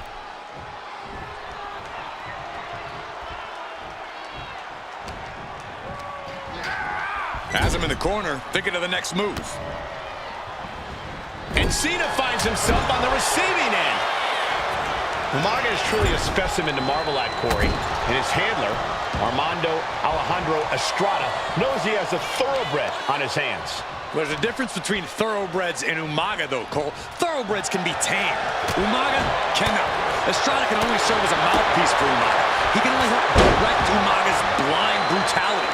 I think even Estrada knows no one can control the Samoan bulldozer. A completely relentless attack from Umaga. Umaga is simply overpowering John Cena right now.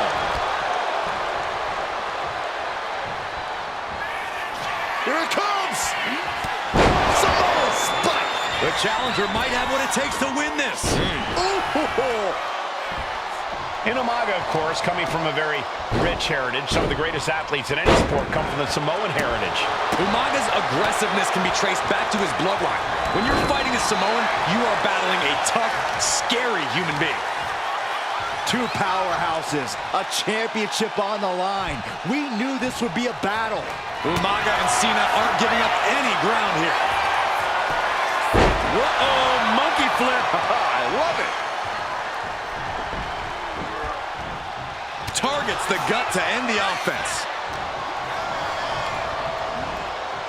And now propped up in the corner. And Cena flattened in the corner. Umaga's just overpowering him. Look at the strength into the corner, just setting Cena up. You have to start to ask yourself, is the end of John Cena near? I think so. Look out! What a headbutt. No one has been able to stop Umaga. No one. You are seeing why Umaga is undefeated. Why no one has been able to stop the Samoan bulldozer. Here comes Umaga, and Cena catches him with a boot. John Cena from behind, rolls him up, shoulders down, and a kick out by Umaga. And Cena immediately back into the clutches of Umaga. I'm not sure what else Cena can do here. I'm not sure John Cena knows how to stop Umaga. And Corey, you know there's no force equal to being on the receiving end of a headbutt from Umaga. It's in Umaga's DNA. Just end this now. Oh, he's playing possum. The challenger's able to kick out. I am shaking my head in disbelief over how he managed to get the shoulder up. Sometimes I look at Umaga and it just scares me. I think he forgets that he's even in a championship match. Estrada is very aware of it, but Umaga sometimes looks oblivious to what's going on, other than the fact that he knows he's supposed to hurt his opponent. Having no conscience is what has set Umaga apart. If he gets confused and the bloodthirst takes over, that's where Estrada becomes useful by directing Umaga back to the ultimate goal. I think Umaga just doesn't know when to stop attacking. He has no sense of what it means to pull back on the reins, so to speak. Here it comes! Samoan spike! He might be moments away from crowning a new champ. Oh, the champ avoids a 3 count. That was a matter of a fraction of a second. And I think we all know this is only going to make a monster like Umaga even angrier. And into the turnbuckle he goes. The whole ring in between them and a collision in the corner. Umaga with a crazed look in his eyes, staring down Cena. Caught by the back of the elbow. Cena going low. Look at, wow, sunset foot powerbomb. Listen to this place. It's unreal. The decibel level in here right now is breaking glass. These fans are on fire.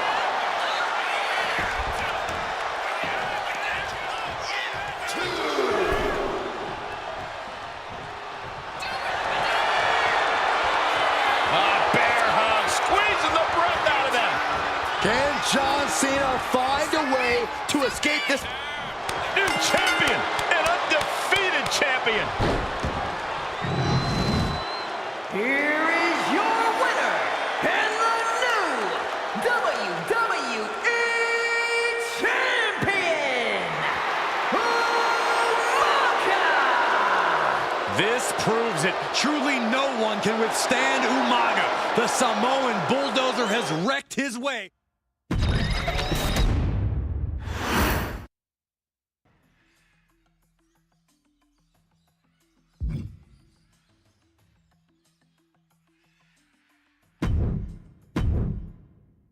Hey, in WWE, things move really fast. If you aren't present in the moment, it can feel like a year goes by in only 2 or 3 minutes. That's why you always have to make time to make sure that you check. Hold on. Did I just hear myself say 3 minutes? Stop. Can you believe I'm actually doing Eric Bischoff's shtick? In the early 2000s, few words sent a shudder through the roster like the words 3 minutes, summoning the fearsome duo of Rosie and Jamal, collectively known as the 3-minute warning. Initially hired by the aforementioned Raw general manager Eric Bischoff to interrupt anything he didn't find to be entertaining. You're just not entertaining me. 3 minutes are just about up. The two instantly made their mark in WWE with their complete and total decimation of anyone that was targeted. Their formula was really simple. 2 bruisers with surprising quickness who took pleasure in throwing opponents all around the ring with reckless abandon. And the trail of bodies left in their wake remains a testament to their devastation. Rosie, older brother of your tribal chief, Roman Reigns, and Jamal, who would in time develop his skills further and take the name of Umaga, were about instant gratification. They treated matches like a race, seeing how much damage they could fit into the shortest time possible. The 3-minute warning with my brother and my cousin, it was just one of the coolest gimmicks of all time to me. It was catchy, you know what I mean? Like, you kind of knew what was happening. And I feel like we all remember when the 3-minute warning hit for the first time. You know, the whole Den TV area just lit up. Every match was a train wreck. as the two would use their size to overwhelm most opponents, coupling that with incredible tag team maneuvers to increase the carnage to its maximum levels. That approach, maximizing damage while minimizing time, was a 3-minute warning signature. The team itself saw its run in WWE last for a little over a year, but in that time managed to make such an impression with the WWE Universe that it still resonates today. They are proof of the impact anyone can make if they capitalize on their opportunities, as 3-minute warning did every single time. It was a short-lived gimmick, but it was a really cool gimmick, and I just think it shows the versatility of, hey, if you need us to go out there and tell you a Broadway story, I'll cover 2 hours if you like. But if you need us to come out in 3 minutes to make an impact, we can do that too. But you gotta be really good to be thrown in there with the very, very best in the industry. I'm getting all pumped and proud, for my brother and my cousin right now, just thinking about it. Here in the WWE 2K25 showcase, we have selected another team that embodies the same mindset in Akam and Razor, the AOP. Similar to Jamal and Rosie, these two look to inflict the most pain in the most efficient manner. Like 3-minute warning, AOP happily dispatches when summoned. Like 3-minute warning, AOP features 2 Goliaths who will hurl your body from pillar to post before finally bringing it all to a most painful conclusion. It's up to you in this Extreme Rules contest to beat the AOP to the punch and showcase the Wrecking Crew approach that made 3-minute warning the premier bruiser squad in all of WWE. And don't worry, we will give you more than 3 minutes to make that fact perfectly clear. As a matter of fact, take your time and enjoy dishing out the punishment.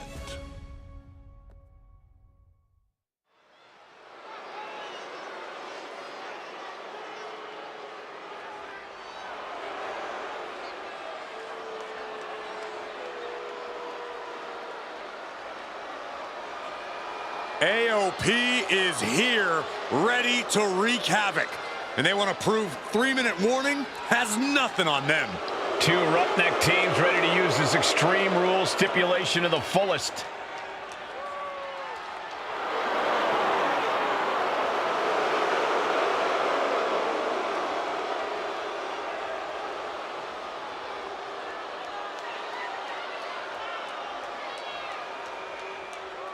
The following contest is a tag team Extreme Rules match, and accompanied by Paul Ellering at a combined weight of 620 pounds.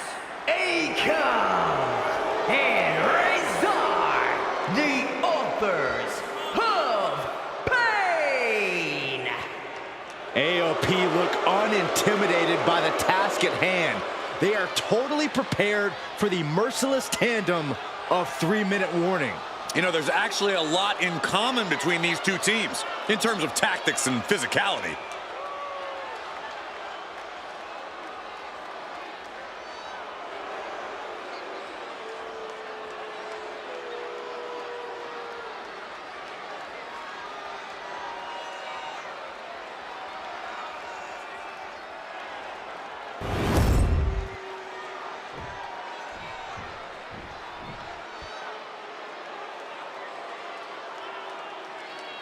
And guys, the authors of pain now have 3 minutes.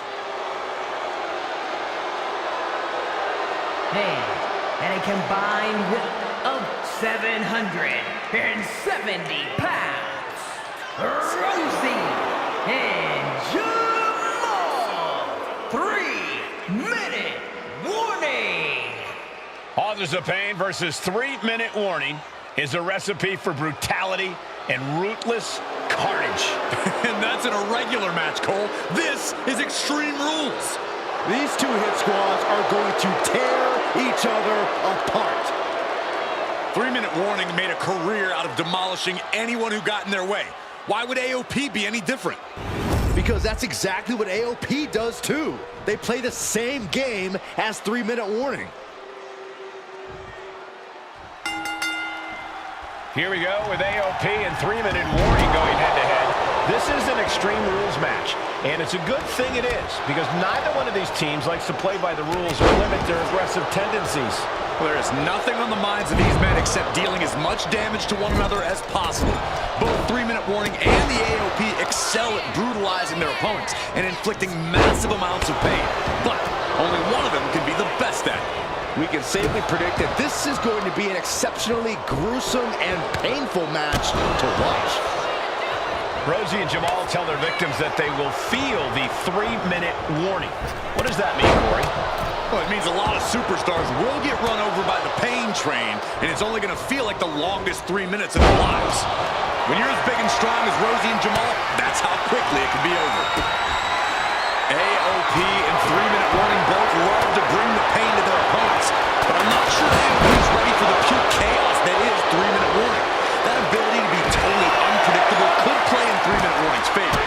Interesting point, Corey. AOP likes to slowly grind their opponents into dust, but 3-minute warning are always looking for a quick, dominant win. I think he really felt that one. Jamal putting some punishing offense on display. Man, Rosie and Jamal, Akam and Razor, representing the biggest, most imposing teams WWE has ever seen. Both teams don't care who the motive is, don't care who the target is. Their goal always coming. Oh, Razor gets cut off. With authority. This battle is spilled into the ringside area and is drawing dangerously close to our table. Rosie out of harm's way. Oh, what a clubbing blow. Picked up and being carried around now. Put down face first. He's able to reverse it.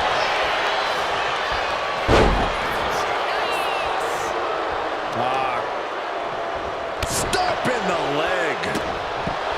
Just look at the size of all these superstars. The ring had to be reinforced before this match. Over 1,300 combined pounds combining.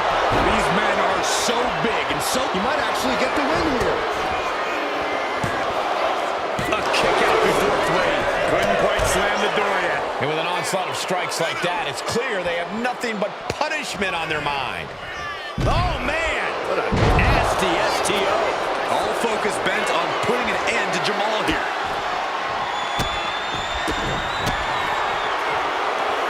Pump handle locked in. Death Valley driver. AOP might have just passed their final testament. 2 count. AOP grabs the victory. Here are your winners.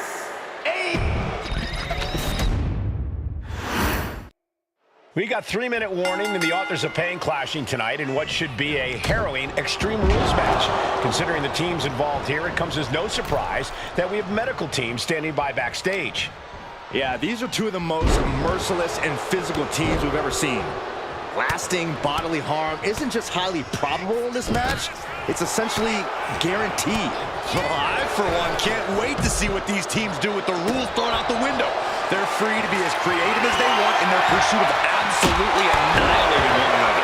Getting dangerously close to our announce table. Rosie and Jamal tell their victims that they will feel the 3-minute warning. What does that mean, Corey?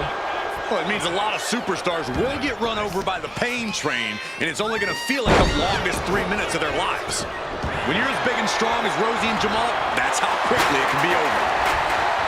AOP and 3-minute warning both love to bring the pain to their opponents, but I'm not sure AOP's ready for the pure chaos that is 3-minute warning.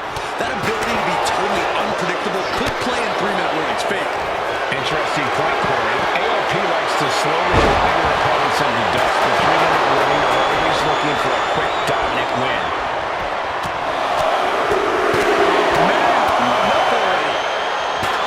Man, Rosie and Jamal, Akam and Razor, representing the biggest, most imposing teams WWE has ever seen.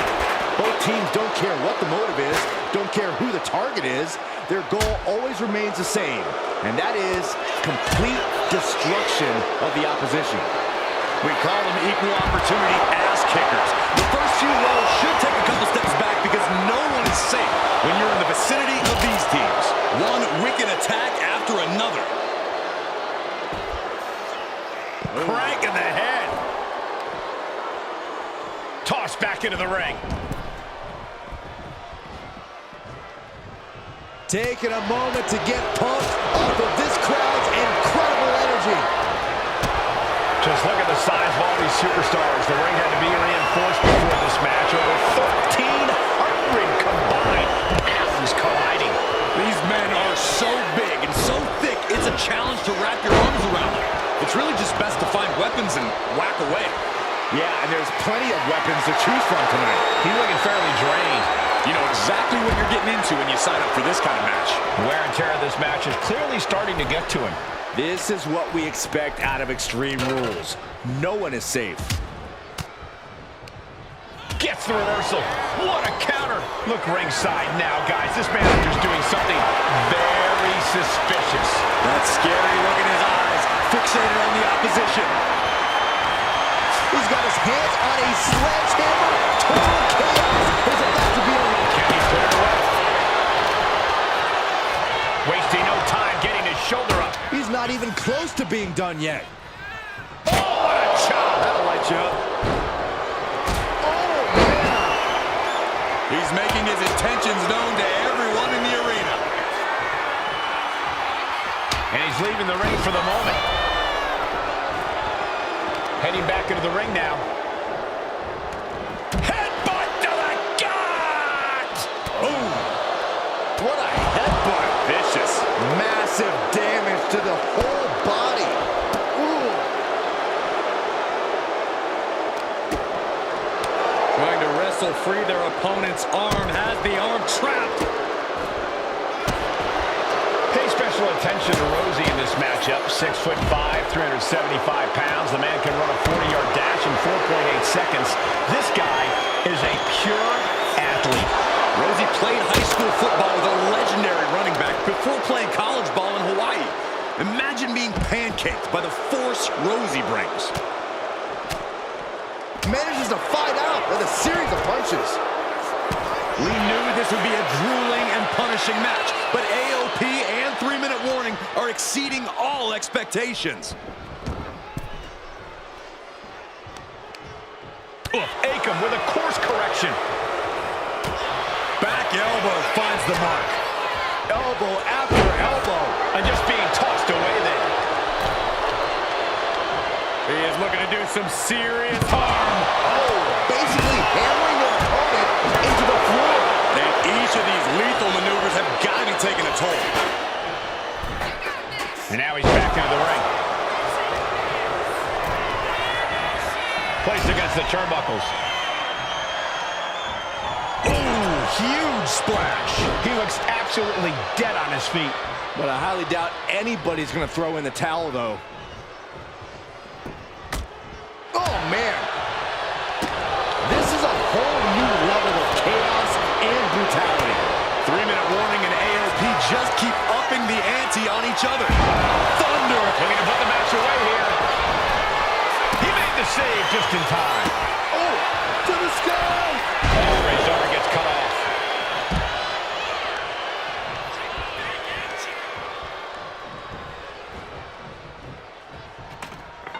And that is a bad man with a hammer in hand. Just bashing them with that hammer. He's going for the cover. For the win. Stopping the ref's count at 2. Obviously still... Paul Panther locked in. Death Valley driver. AOP might have just passed their final testament. Just absorbing way too much damage at this stage. It's time to catch that second, maybe even... Up across the shoulder.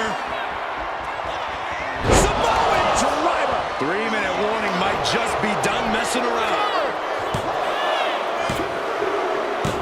Rosie and Jamal survive Extreme Rules. Here are your winners,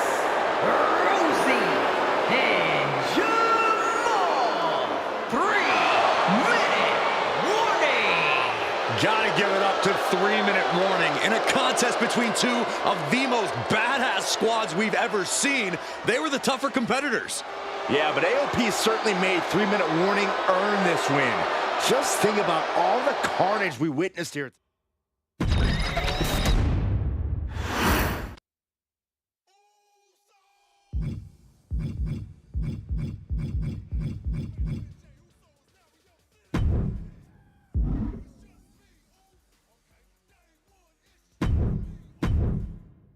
We've come to the part of the showcase where we get to talk about Tamina.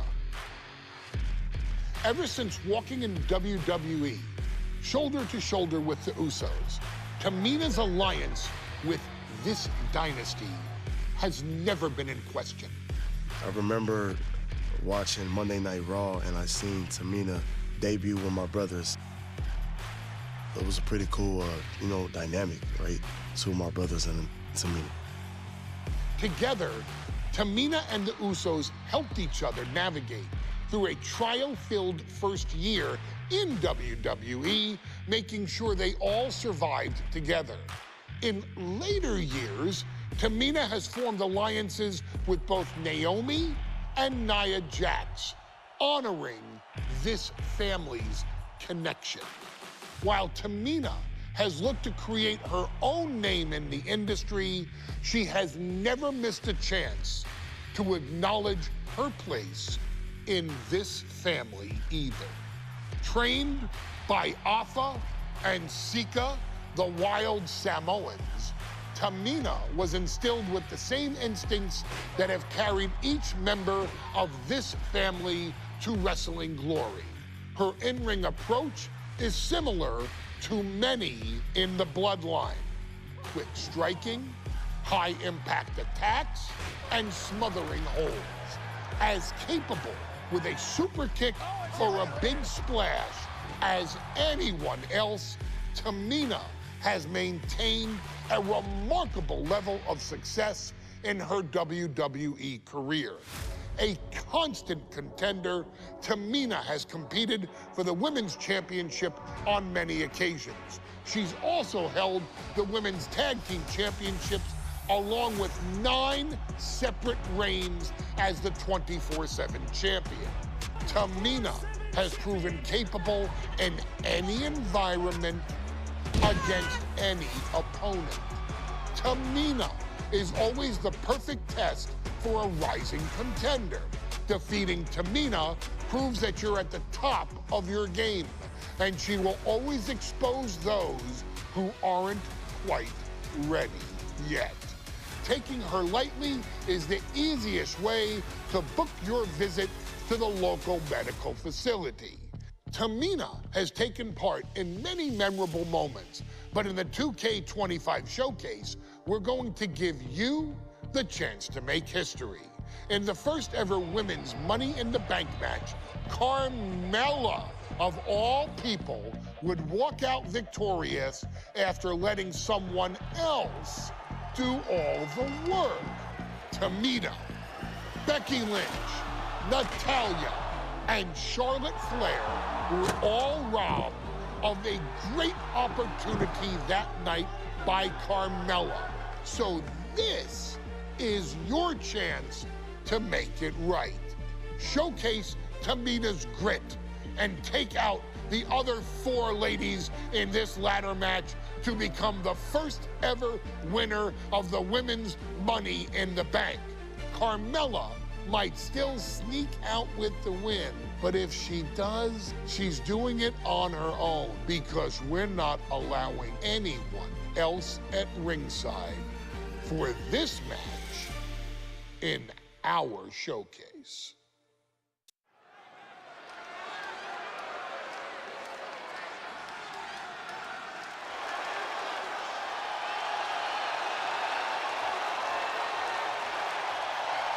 We are making history tonight here in St. Louis, the first ever Women's Money in the Bank ladder match.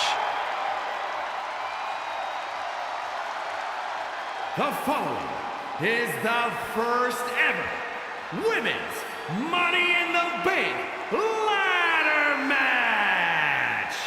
Introducing first, from the Queen City, Charlotte Flair! Charlotte Flair looking to become a Triple Crown champion. Every title, every opportunity she has put in front of herself, she has seized. This is a night where careers change forever. You're right, Cole. You can feel it. Legends are going to be made. Careers defined. Hearts broken. This is Money in the Bank.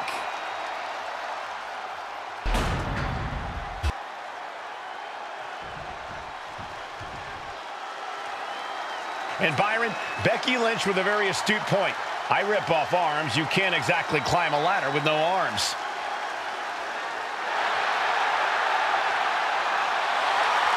Next, from Dublin, Ireland, Becky Lynch! To add to that, Michael, I talked to Becky earlier and I asked, are you nervous about this? She said, yeah, I'm a little nervous, but I'm more excited than anything because I get to be part of history. Becky Lynch, the first woman drafted to SmackDown. First SmackDown Women's Champion. Can she become the first Miss Money in the Bank? Well, you can feel the excitement the moment they brought out the ladders before this show started. There is a big fight feel right here in St. Louis.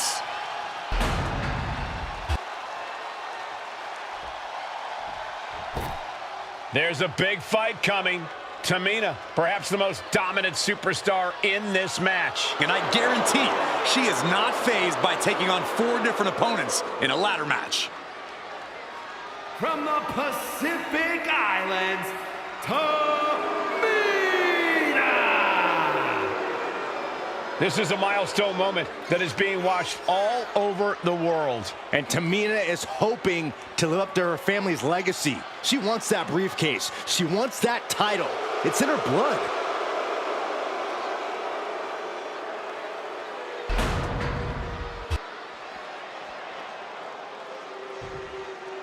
Mela is money, and she is as confident as ever.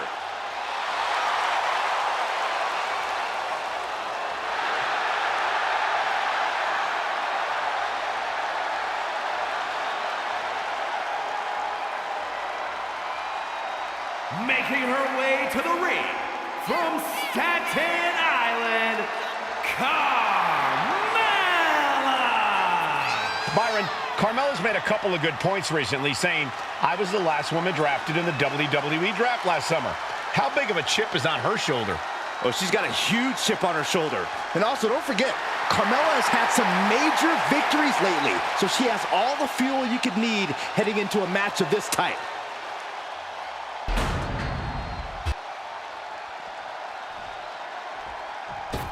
Natalya, another superstar who walks into this match thinking she has legacy on her side tonight.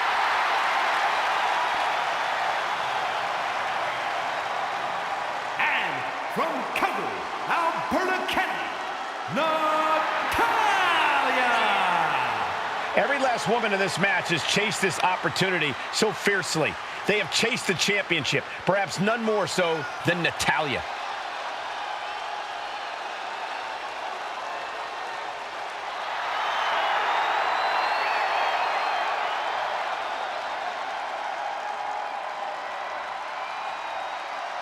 Winning Money in the Bank would certainly go a long way to helping Natalya prove she too is the best there is, the best there was, and the best there ever will be. Winning that briefcase is like taking the proverbial express lane to success. Charlotte, Becky Lynch, Tamina, Carmella, Natalya, all with a chance to make history. All with the opportunity to be called the first ever Miss Money in the Bank. The revolution that became an evolution only continues in the women's division. One of these women will climb the ladder and earn the opportunity of a lifetime. No safe haven in this match. These ladders can be your best friend or your worst enemy. There's no allies in this match. It's everyone for herself. There is no room for friends when history's being made. Not when you can go down in the record books as the first Miss Money in the Bank. Such a dangerous setting for all these superstars. Ladders are everywhere. Each competitor is only limited by their imagination. Your head has to be at a constant swivel. Ladders will be used as weapons. Anything can happen to get that briefcase.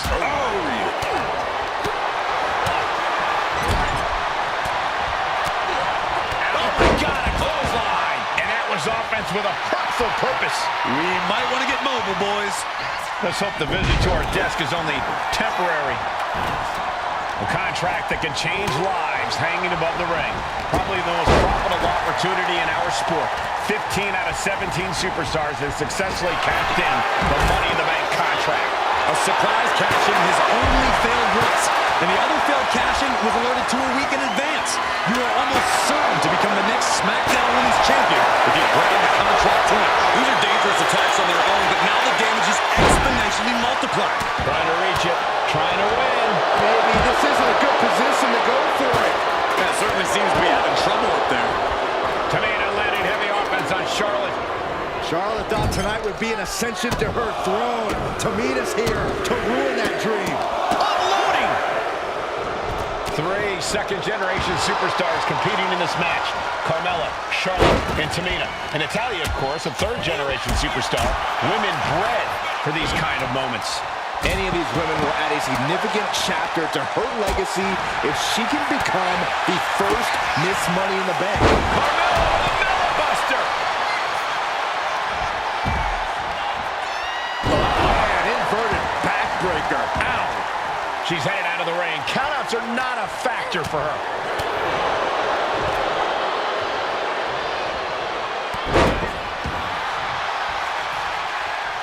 She's going under the ring now. Heading to the outside now. Ooh, that hurt right to the kidney. Golly. Is there anyone more intimidating in this group than Tamina? I've said it before, it could be a coming out party for Tamina. This is her time to live up to her family's legacy. If Tamina wins the contract, it guarantees her first title opportunity in over 2 years. More than an opportunity, it pretty much guarantees Tamina will become the next women's champion. A proverbial mud hole has been stopped, and now it's time to walk it. Nice reversal by Charlotte Flair. Charlotte driving Tamina, and both tumble to the floor. Both women crashing down hard. The Queen, Charlotte Flair, the first to her feet, surveying the situation. Oh, my God, Tamina into the steps. Well, you are seeing a heightened level of aggression, heightened level of intensity from all these competitors because of the stakes involved. Guys, where's Charlotte going? Flair looking to up the ante now from the top. Oh, my goodness, taking out everybody. The Queen rising to the occasion. What you just saw is why we say Charlotte is genetically superior. Yeah, undeniable athleticism from the Queen. Can it pave her way to the top of the ladder? Right to the face. My God. And looking at the playing field, the majority of these women love to utilize their submission offense to put opponents away. Tapping someone out won't win this match, but these women should not shy away from using the biggest weapons in their arsenal. We've heard Becky say she was going to rip arms off tonight. You can't exactly climb a ladder.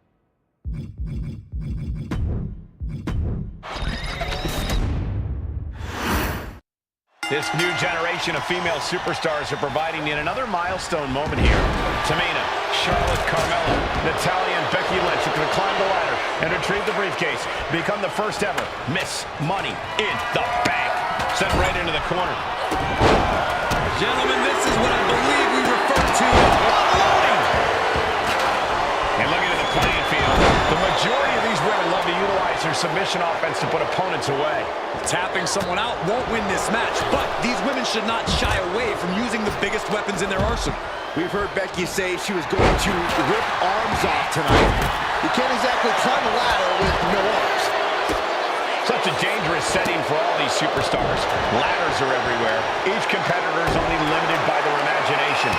Your head has to be on a constant swivel. Ladders will be used as weapons. Anything can happen to get that briefcase. Oh, stomping away. Now here's Carmella. Gut kick. Nothing fancy there. Ooh. Lifted and completely helpless here. Trying to fight their way out of harm's way. Elbows to the jaw. Is there anyone more intimidating in this group than Tamina? I've said it before. It could be a coming-out party for Tamina. This is her time to live up to her family's legacy. If Tamina wins the contract, it guarantees her first title opportunity in over 2 years. More than an opportunity, it pretty much guarantees Tamina will become the next women's champion. Oh, clothesline! And now headed to the outside. Oh, getting smacked in the head with a chair. Hooked up, fisherman suplex! Uh-oh, trouble might be coming our way. Quick, Saxton, get under the table to protect yourself. Good idea. 3 second-generation superstars competing in this match. Carmella, Charlotte, and Tamina. And Natalya, of course, a third-generation superstar. Women bred for these kind of moments. Any of these women will add a significant chapter to her legacy if she can become the first Miss Money. Oh, God! She's had a lot thrown her way already. Yeah, Tamina just inflicted as much pain as possible and enjoyed it. Oh, man. Let's response.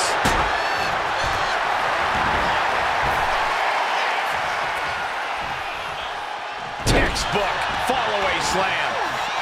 Caught square by the haymaker. No safe haven in this match. These ladders can be your best friend or your worst enemy. There's no allies in this match. It's everyone for himself. There is no room for friends when history is being made. Not when you can go down in the record books as the first Miss Money in the Bank. It has to be pumping right now. Needs to focus and pull it together. Becky with history in her hands. St. Louis behind Becky now. This is where steady nerves are a necessity.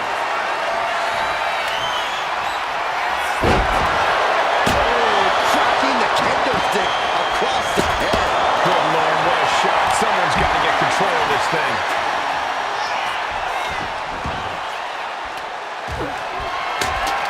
Look at this. She's going for her destiny, guys. But she better hurry. She doesn't have much time.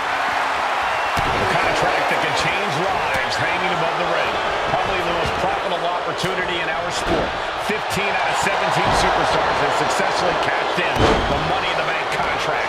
A surprise cash-in has only failed once, and the other failed cash-in was a little too weak in advance.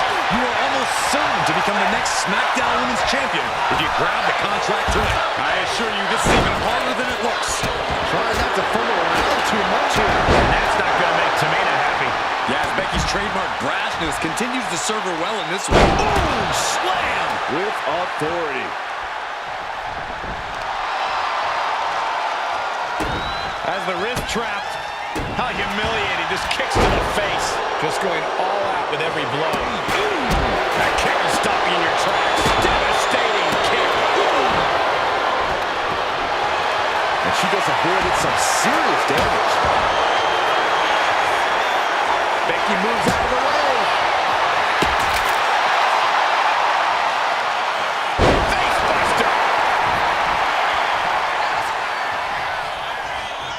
She counters it. And Charlotte being met with defiance there. Yeah, the effects of this ladder match are not going to go away anytime soon.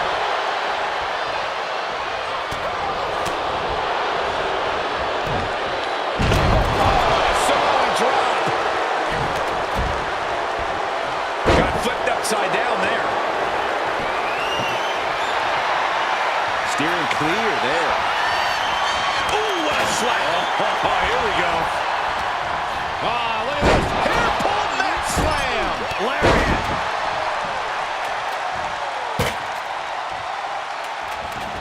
Looks like she wants to take things to the floor here. Oh. Good night. She's looking winded now. Yeah, but when ladders are part of the match, you really can't expect anything less. Inverted DDT. Lights out. Money in the Bank briefcase still hanging high. This is what it's all about. The opportunity of a lifetime. What are you willing to do? How much can you sacrifice to be the first Miss Money in the Bank? Systematic attack on the arms of Becky. Wins. Diving leg drop from the top rope.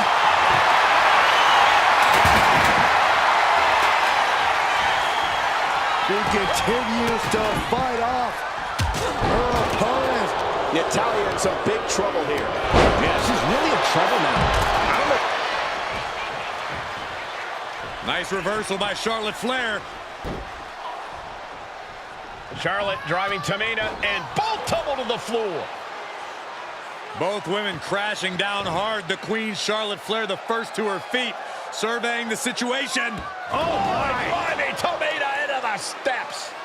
Well, you are seeing a heightened level of aggression, heightened level of intensity from all these competitors because of the stakes involved. Guys, where's Charlotte going? And Flair looking to up the ante now from the top. Oh my goodness, taking out everybody. The Queen rising to the occasion. What you just saw is why we say Charlotte is genetically superior. Yeah, undeniable athleticism from the Queen. Can it pave her way to the top of the ladder? Oh, Tamina gets caught. Connecting with a sharp elbow. Boom! Read that one.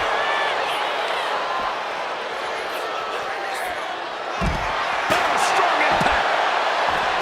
Oh, my God.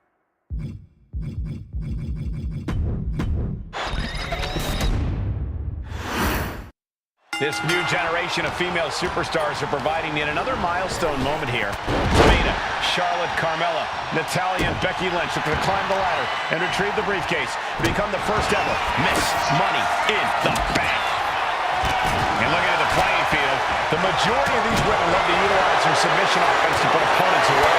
Tapping someone out won't win this match, but these women should not shy away from using the biggest weapons in their arsenal.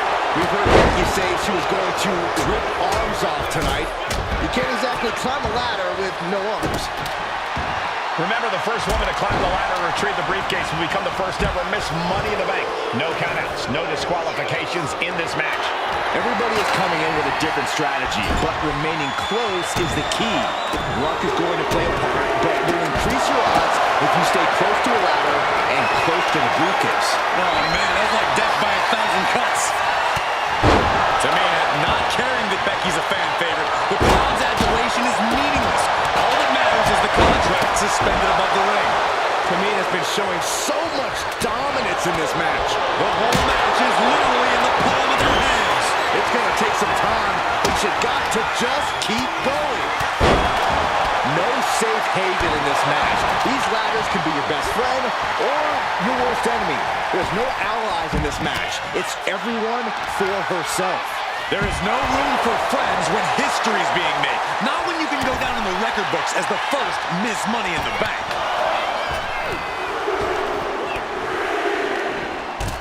Mella counters. What's Carmella getting ready for? Someone call a dentist. She's ready to take this match to the outside. Trying to put the ladder in the middle of the ring. This is where you want it. Right place. Is this the right time? Reaching. So close to victory. Hands must be shaking up there, making it difficult to capture glory. Counters with an attack on Charlotte. 3 second-generation superstars competing in this match. Carmella, Charlotte, and Tamina. And Natalya, of course, a third-generation superstar. Women bred for these kind of moments. Any of these women will add a significant chapter to her legacy if she can become the first Miss Money in the Bank. Clothesline on the back of the neck. That attack might have diminished Charlotte's sense of superiority. Yeah, What you just saw is why we say Charlotte is genetically superior. Yeah, undeniable athleticism from the Queen. Can it pave her way to the top of the ladder? The contract that can change lives hanging above the ring.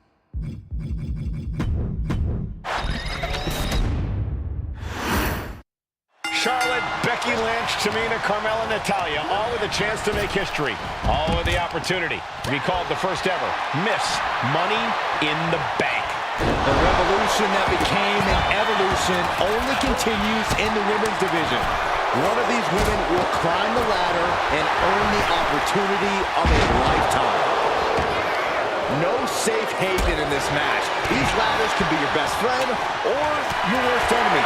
There's no allies in this match. It's everyone. And now here's Carmella. The airtime, the fearlessness. What a ridiculous maneuver to the outside. Guess she was looking for her old pal named Kendo under there. Look at this. This can't be good. You have to question what kind of Mallet 10 is behind a power bomb with that much force. That'll turn your lights out. Boom! Oh, what a kick. It knew what was coming there. Superstar setting up. Side slam. Is there anyone more intimidating in this group than Tamina? I've said it before. It could be a coming out party for Tamina. This is her time to live up to her family's legacy. If Tamina wins the contract, it guarantees her first title opportunity. Get ready. She knows exactly what she's doing with this submission hold. Powerful contact by Tamina. She's trying to slip out of this submission. No ropes within reach. No. And she breaks her own submission hold. We don't see that often. That can either psych out her opponent or come back to bite her. Clothesline. She wants to take this thing to the outside.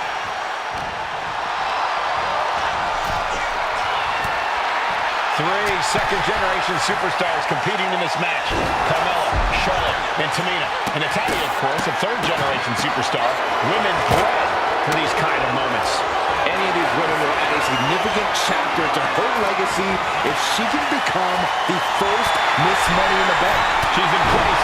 Can she end this here? All eyes are glued high above the ring. And oh my God, no! Into the reverse DDT. Headed up that ladder. Center of the ring.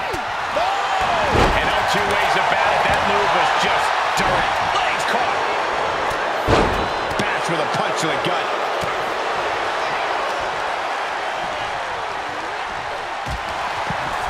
And looking at the playing field, the majority of these women love to utilize their submission offense to put opponents away. Tapping someone out won't win this match, but these women should not shy away from using the biggest weapons in their arsenal. We've heard Becky say she was going to rip arms off tonight.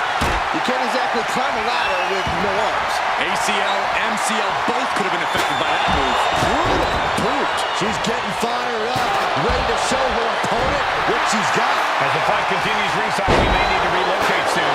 I'm already ahead of you. My notes. Neckbreaker. The Queen looking disgusted to be in the ring with her opposition now. And she denies Charlotte. A contract that can change lives hanging above the ring. Probably the most profitable opportunity in our sport. 15 out of 17 superstars have successfully cashed in the Money in the Bank contract. A surprise cash-in has only failed once, and the other failed cash-in was alerted to a week in advance. You are almost certain to become the next SmackDown Women's Champion if you grab the contract tonight. Down with the leg drop. Ooh. She's being derailed here. If this keeps up, climbing that ladder is going to be very difficult.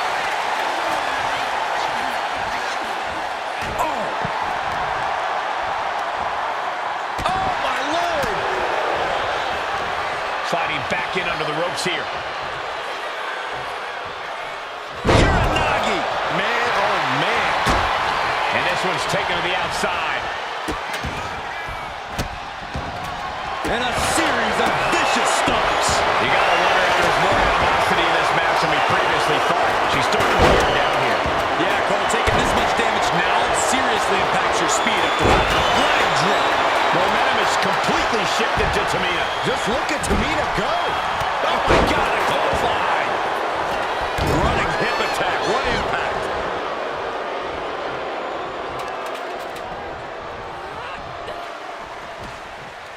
What you just saw is why we say Charlotte is genetically superior. Yeah, undeniable athleticism from the Queen. Can it pave her way to the top of the ladder? Money in the Bank briefcase still hanging high. This is what it's all about. The opportunity of a lifetime. What are you willing to do? How much can you sacrifice to be the Going for body blows is a good way to drain your opponent.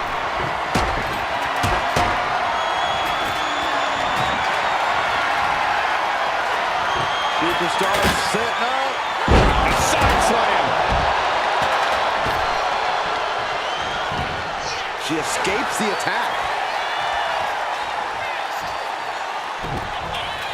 Backbreaker delivered, and look at this, just driving the knee into the spine. Being carried around now. Piercing the throat. History on the line. Guaranteed championship opportunity. Nothing but carnage happening in this one. 5 women fighting for their key to destiny. Willing to go through hell for it.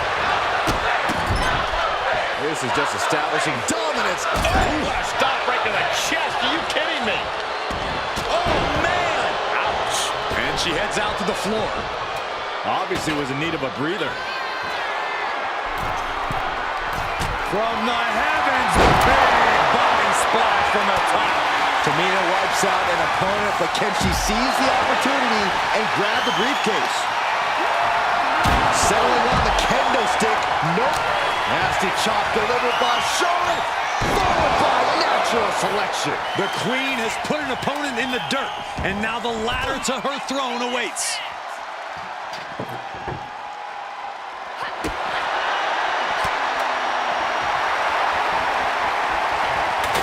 Meanwhile, we see Natalya. Beautiful tandem drop kick.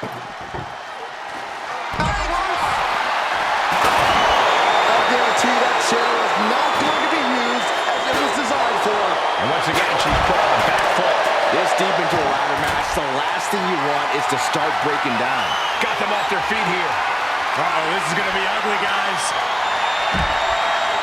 This could be the beginning of the end. Uh-oh. What energy in this arena tonight. I'm getting goosebumps. Very unique escape to fight her way out of the sharpshooter.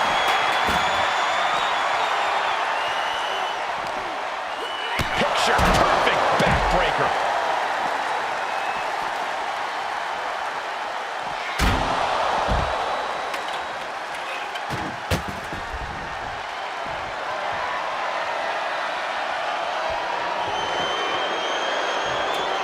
And Carmella getting broken down here again. Yeah, Natalya's been able to stay with it and has the advantage here.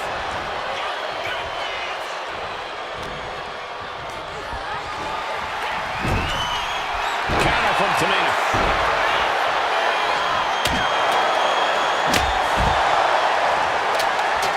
Here we go. Ladder set up in the middle of the ring. Perfectly positioned. Climbing up. But is there enough time to go for the win? Victory is within reach now. Any opening could be the opening. You just have to go for it. Knife edge chop echoing through the arena. Flatliner into the middle turnbuckle. Hooked up. Fisherman suplex. Takedown. Helicopter spin. This is ridiculous. This is insulting. This is entertaining. Carmella wins that. Oh, she retaliates. That's one way to use a ladder. What energy in the arena tonight. The front face lock applied. Nice suplex. What a display here. Counters on both sides. Oh, goodness. Blasted right into the corner.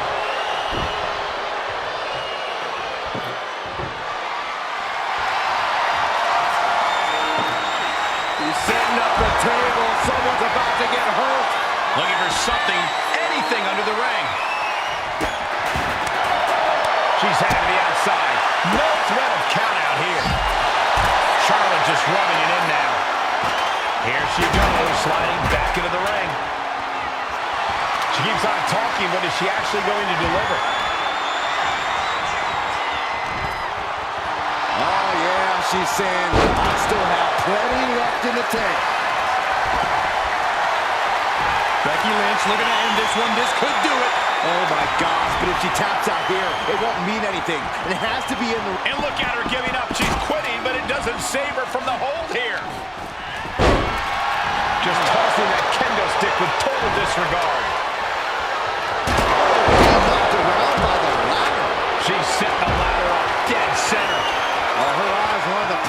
now.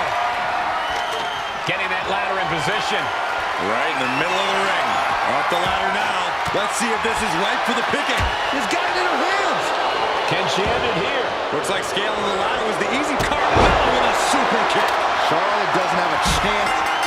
That's it. Tamina has the briefcase. Tamina is Miss Money in the Bank. The winner of the Money in the Bank contract and the first ever Miss Money in the Bank, Tamina!